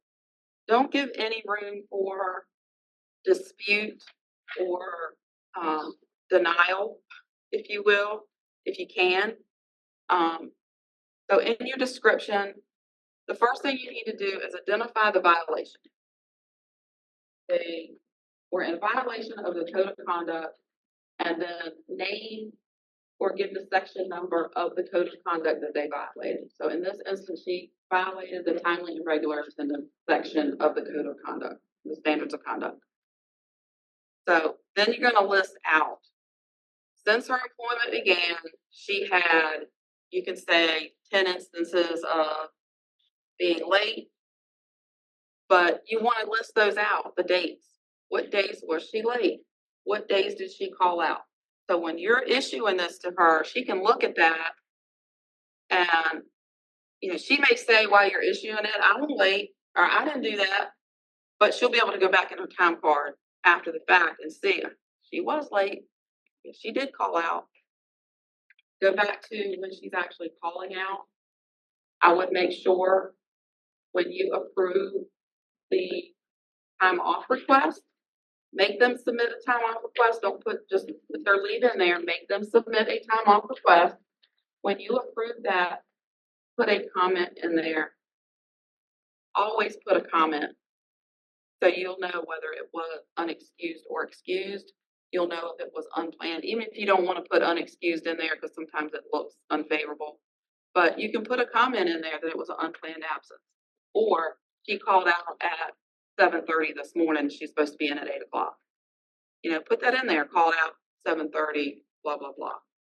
You know, that way, when you do have to do this write up, you can go back and she can see in those notes also, or he, whoever you're writing up, they can see what's going on. Also, you want to identify what you've already done. So say you're issuing a group 1. You know, you want to go in there and say, you know, a supervisory note during supervision addressed absences on such and such and such a date. Also, a letter of caution was issued on this date for this, and this. And then that way you can show your progression of your discipline. So when she goes to the EEOC and claims that she was terminated because you don't like her, that we'll be able to pull that up and say, this is why she was terminated. It had nothing to do with the supervisor not liking her or out to get her or anything else. This is why she was terminated. She wouldn't come to work. And then under the resolution section, you want to put in there, what are you doing? If you issued a growth plan, it's okay to put issued growth plan, but put in there some highlights of what's in that growth plan. You know, that she's supposed to do a time management reliance training, or, you know, we reviewed the attendance policy, we reviewed the standards of conduct. You know, put in there exactly what you did or what you want her to do if you're keeping her, if you're not terminating her, you know, what she needs to do. Usually for attendance related issues, we expect them to correct their behavior immediately. There's no reason once they're called out to say that, you know, to let them know that you're late and it's not acceptable for them to change that behavior immediately. You need to come to work on time.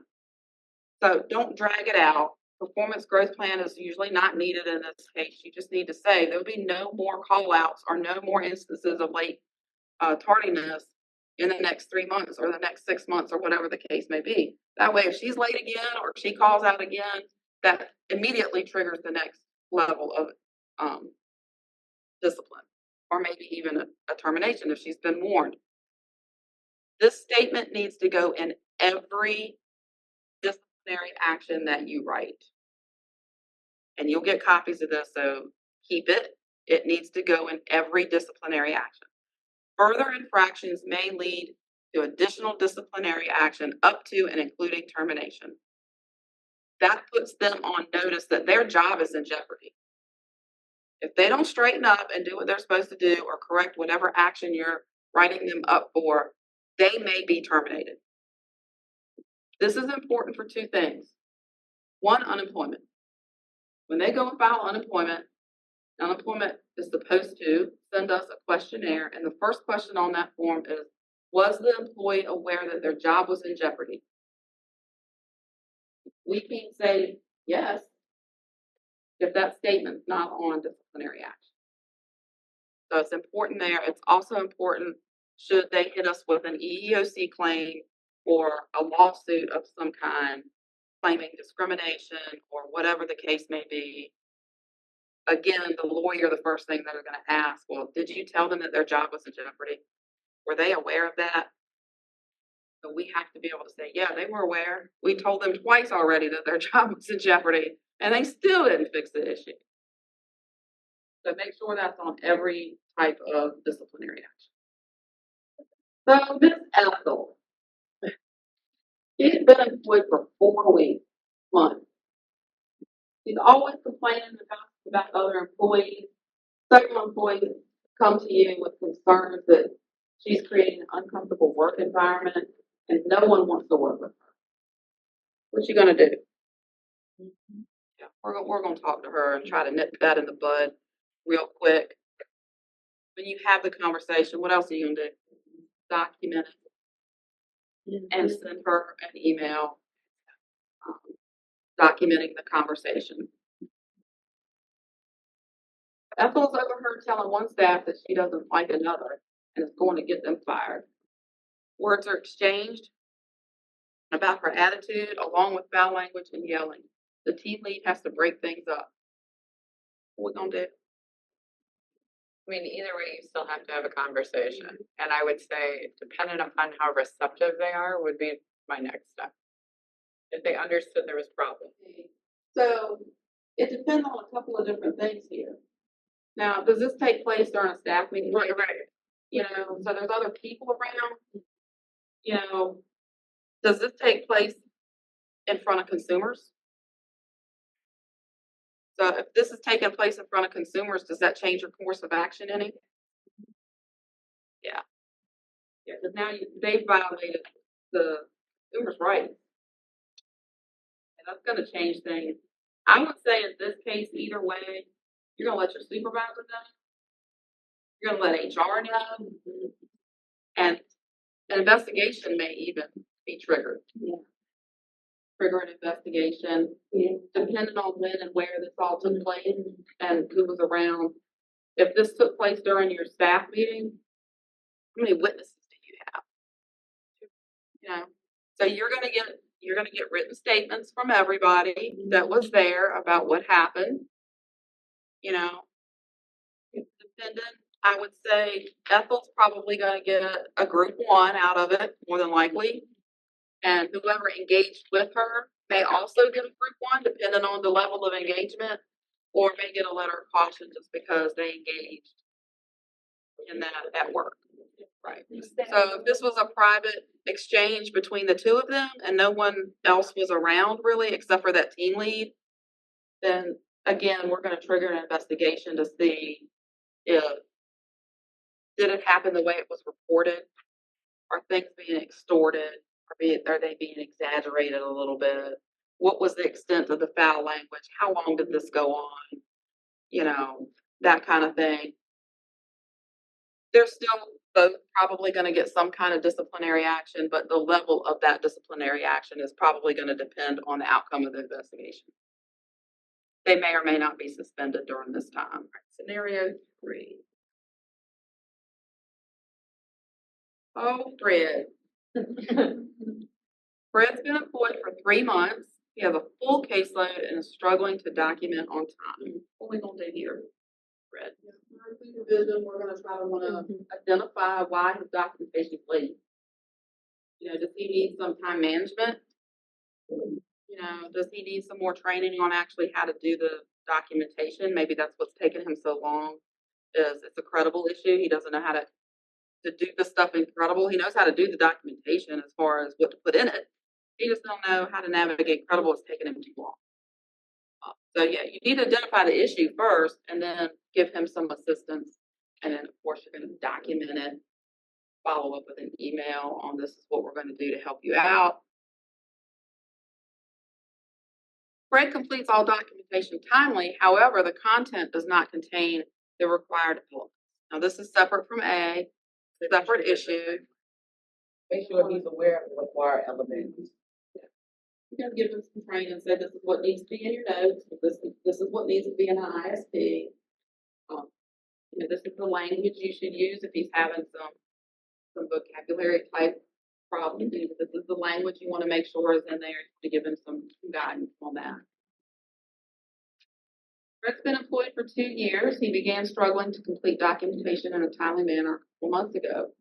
During supervision, the policy and timely documentation was discussed with Fred, and a follow-up email was sent to Fred with tips on completing documentation timely and a deadline to have late documentation brought current. However, he is still documenting 2 to 3 weeks late, and late documentation continues to linger. What are we going to do now? So he's begun struggling after the 2 years.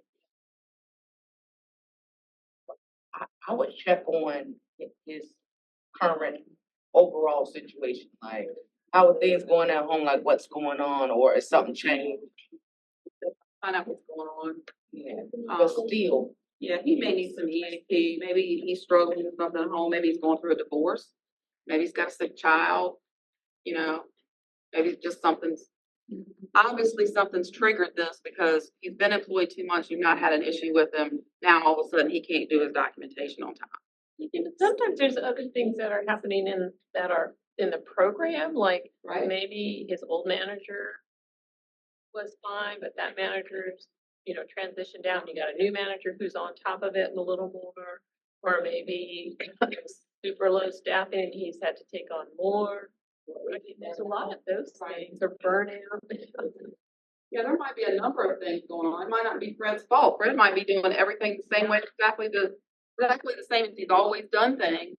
But maybe when you start looking at it, or maybe during supervision with him, you figure out that, hey, SDA's given him 15 more cases. Well, that's the reason why he can't get his documentation done on time. He's got too many cases. right, So that's something that you need to take care of. You need to, reassign those cases to somebody else, or figure out what to do with those cases to get Fred back to where he needs to be, because obviously he's got too much on his plate. So yeah, there could be a number of things going on. Like I said, he could have some personal issues. You may want to recommend EAP. That still may be a letter of caution because you've already counseled him on this. So even though you're recommending him to EAP and there's some personal things going on, it still might be a letter of caution to say, hey, you need to get it together. That's when your empathy. You want to empathize with them because you feel bad that they have a sick child at home and they got all this stuff going on. But in the end, they still have to do their work. They still have to be present when they're at work. And I know that's a hard balance.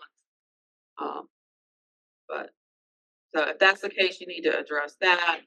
Or like I said, it may not be anything that's in his control. If he's got too many cases, and that's something that you need to deal with as a manager to help spread that caseload around to get that off of him. Like Mary said, there may be a change in management. Maybe he's always had this issue and the previous manager just let it slide. And now you're noticing it, but nobody's ever addressed it with Fred except for what you've done. So you have to treat it like a brand new situation. You can't, because he's always done it. You still have to address it, but you have to address it like it's the first time because his other manager failed to do it, unfortunately. And that does happen. All right, so now we got Ricky. Oh, Ricky. It was reported by 2 different staff that Ricky was sleeping during his shift. What are we doing with Ricky?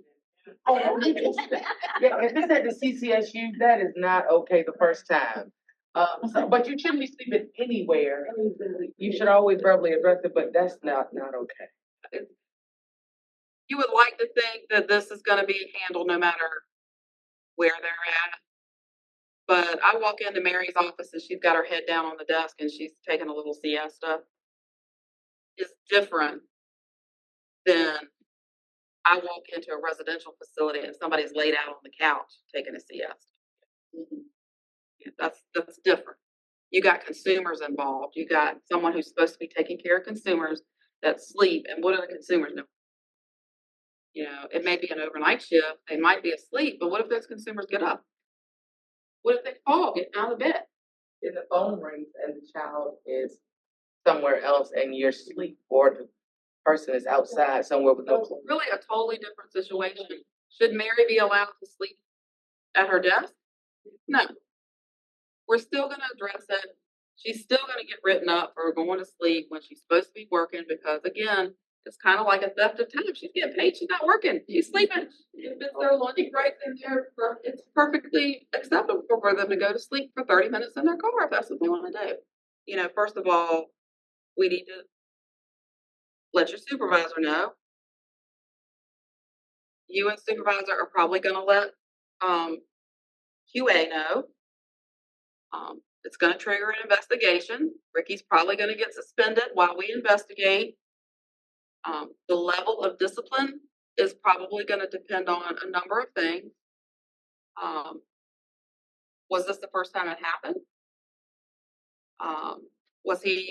Did he nod off for 5 minutes? Sleep for 2 or 3 hours? Was he sleep the whole shift? What were the consumers doing while he was asleep?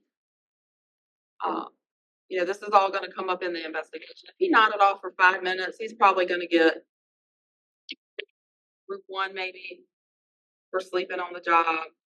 You know, if he was asleep for a couple hours and there's consumers there, regardless of whether consumers were asleep, that's a violation of human rights. They're probably going to get terminated. But they'll be suspended pending the investigation. You know, it may be that, you know, these 2 staff that reported Ricky have a beef against him. Maybe they got the hots for him and he's, you know, messing with another staff. Got Lucy on the side. So, you know, so during the investigation, that's probably going to come out, and you know, Ricky's going to be exonerated, and that's all going to be good. But you know, you laugh, but it really does happen. It really does happen. All right, this really, I thought this was pretty straightforward, but it generated a lot of discussion for our last meeting. Resident A threw food across the dining room because he asked for peanut butter and jelly for dinner, and he was served meatloaf. Ricky was overheard yelling at consumer A, "Just get out of my sight. You're not getting anything else. Go to bed." I kind of felt that way. When I wrote this. I was thinking that's pretty cut and dry. You know, he's going to be told to go home. There's going to be an investigation, and he's probably going to get fired. Or if he said this and this actually happened, he's getting fired. There's no question. He's getting fired. But there was a lot of discussion about this. The discussion was about The peanut butter and jelly. Should he be allowed to receive the peanut butter and jelly sandwich?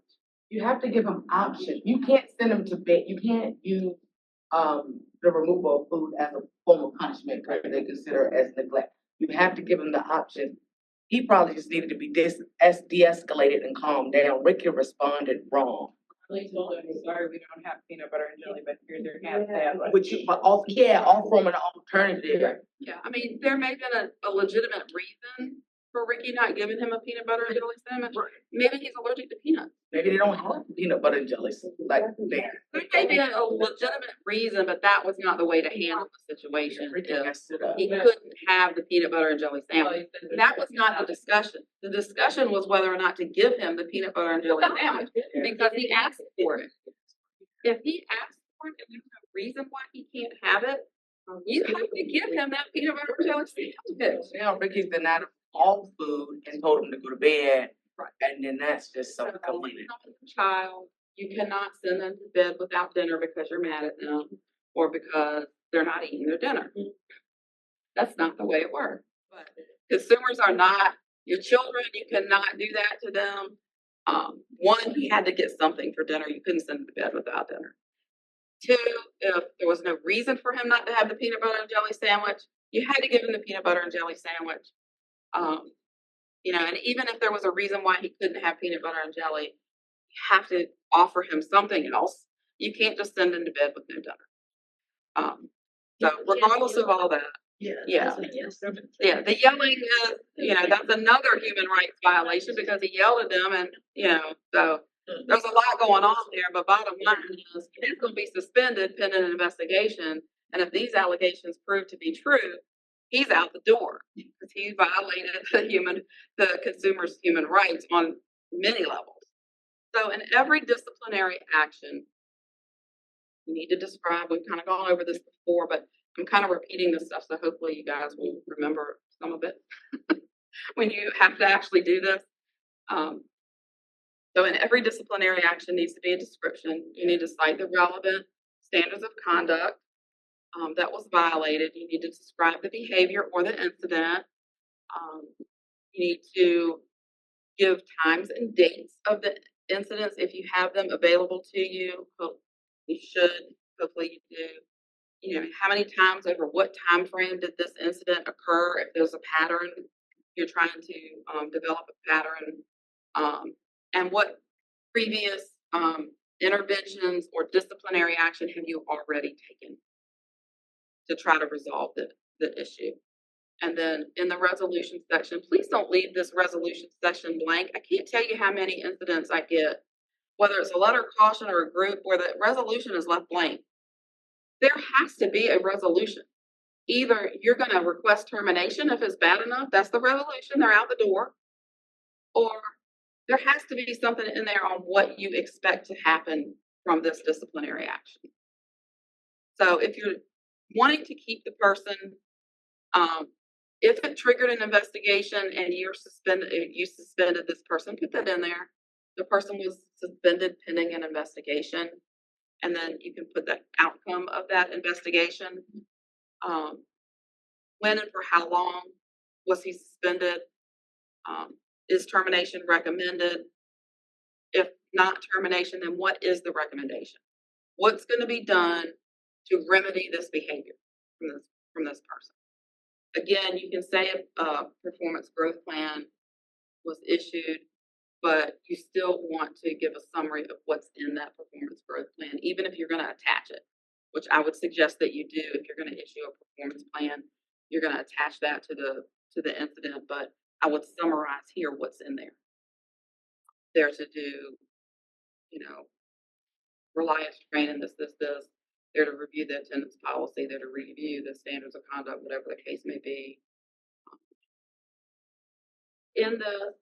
Please know that Relias, there's almost 3,000 trainings in Relias available to you, available to staff. There's over 3,000. Yes, there's a lot of training in there. So use that as a tool, when you're issuing disciplinary action or a growth plan. Search Relias. You have to go in as a learner to search the available courses. You can't do it as a supervisor, but if you go in as a learner, you can go to the modules or to the learning tab, I think it is, and then you can just type in a search. If you're looking for communication, you can put in communication, and it'll come up with probably 300 trainings on communication. Conflict resolution, there's like 10 different trainings in there on conflict resolution. There are several trainings on time management. There's a lot of trainings in there that you could use as training tools.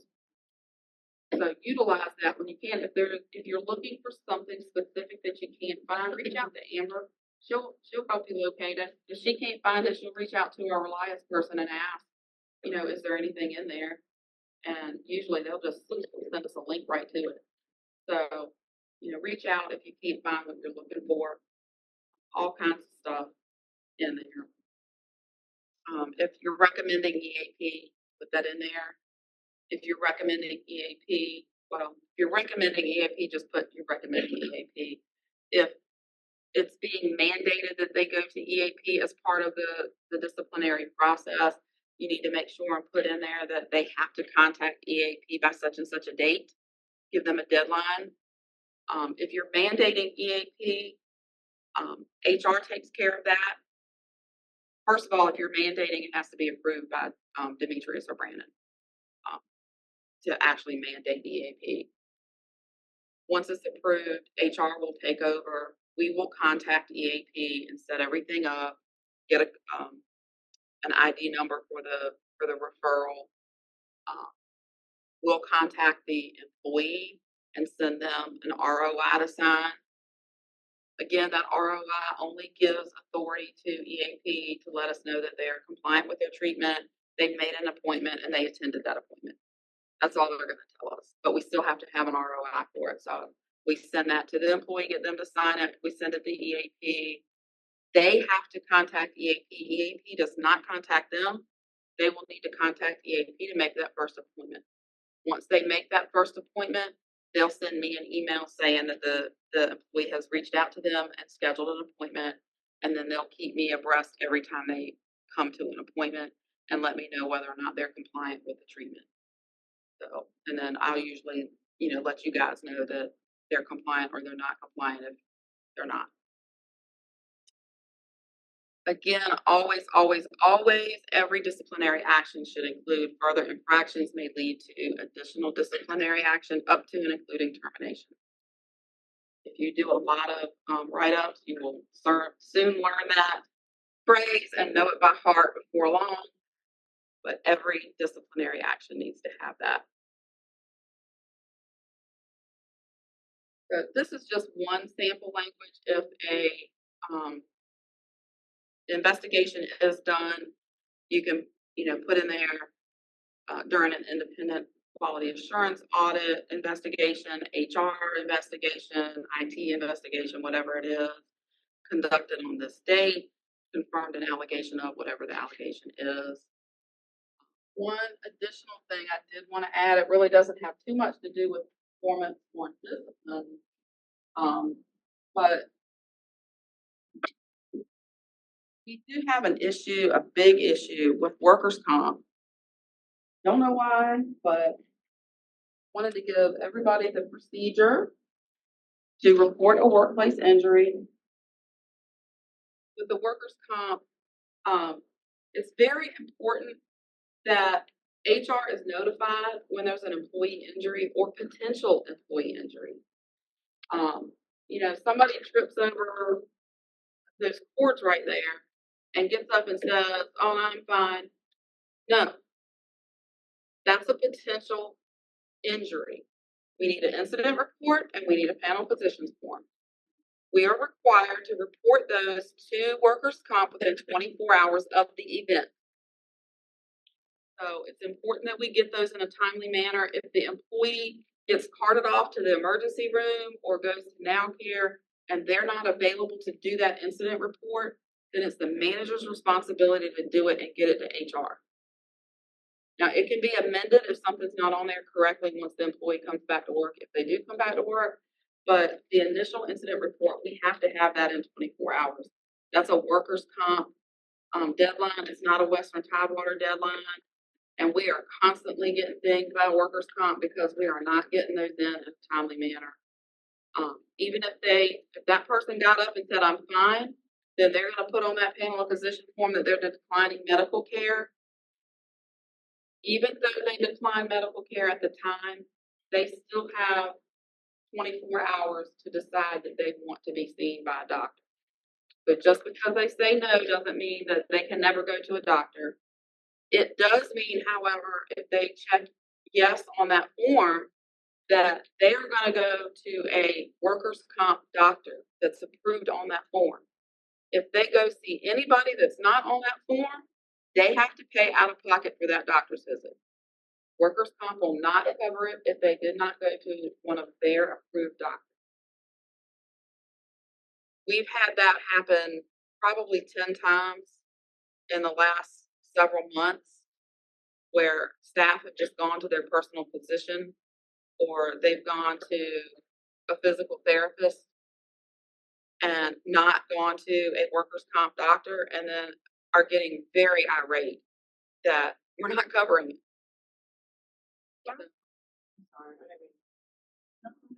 I have a question about that. So say for instance, at like a 24-hour facility, right? We have an incident that happened. It's like late evening going into overnight and staff is attacked or whatever, right? And we send them to the ED. Do we not send them to the ED, or do we send them and then like once they make a determinant factor, like you're giving them to fill out? Because I'm only asking because we had a situation where it was a staff member that it was 3 staff members that had to go to the ED.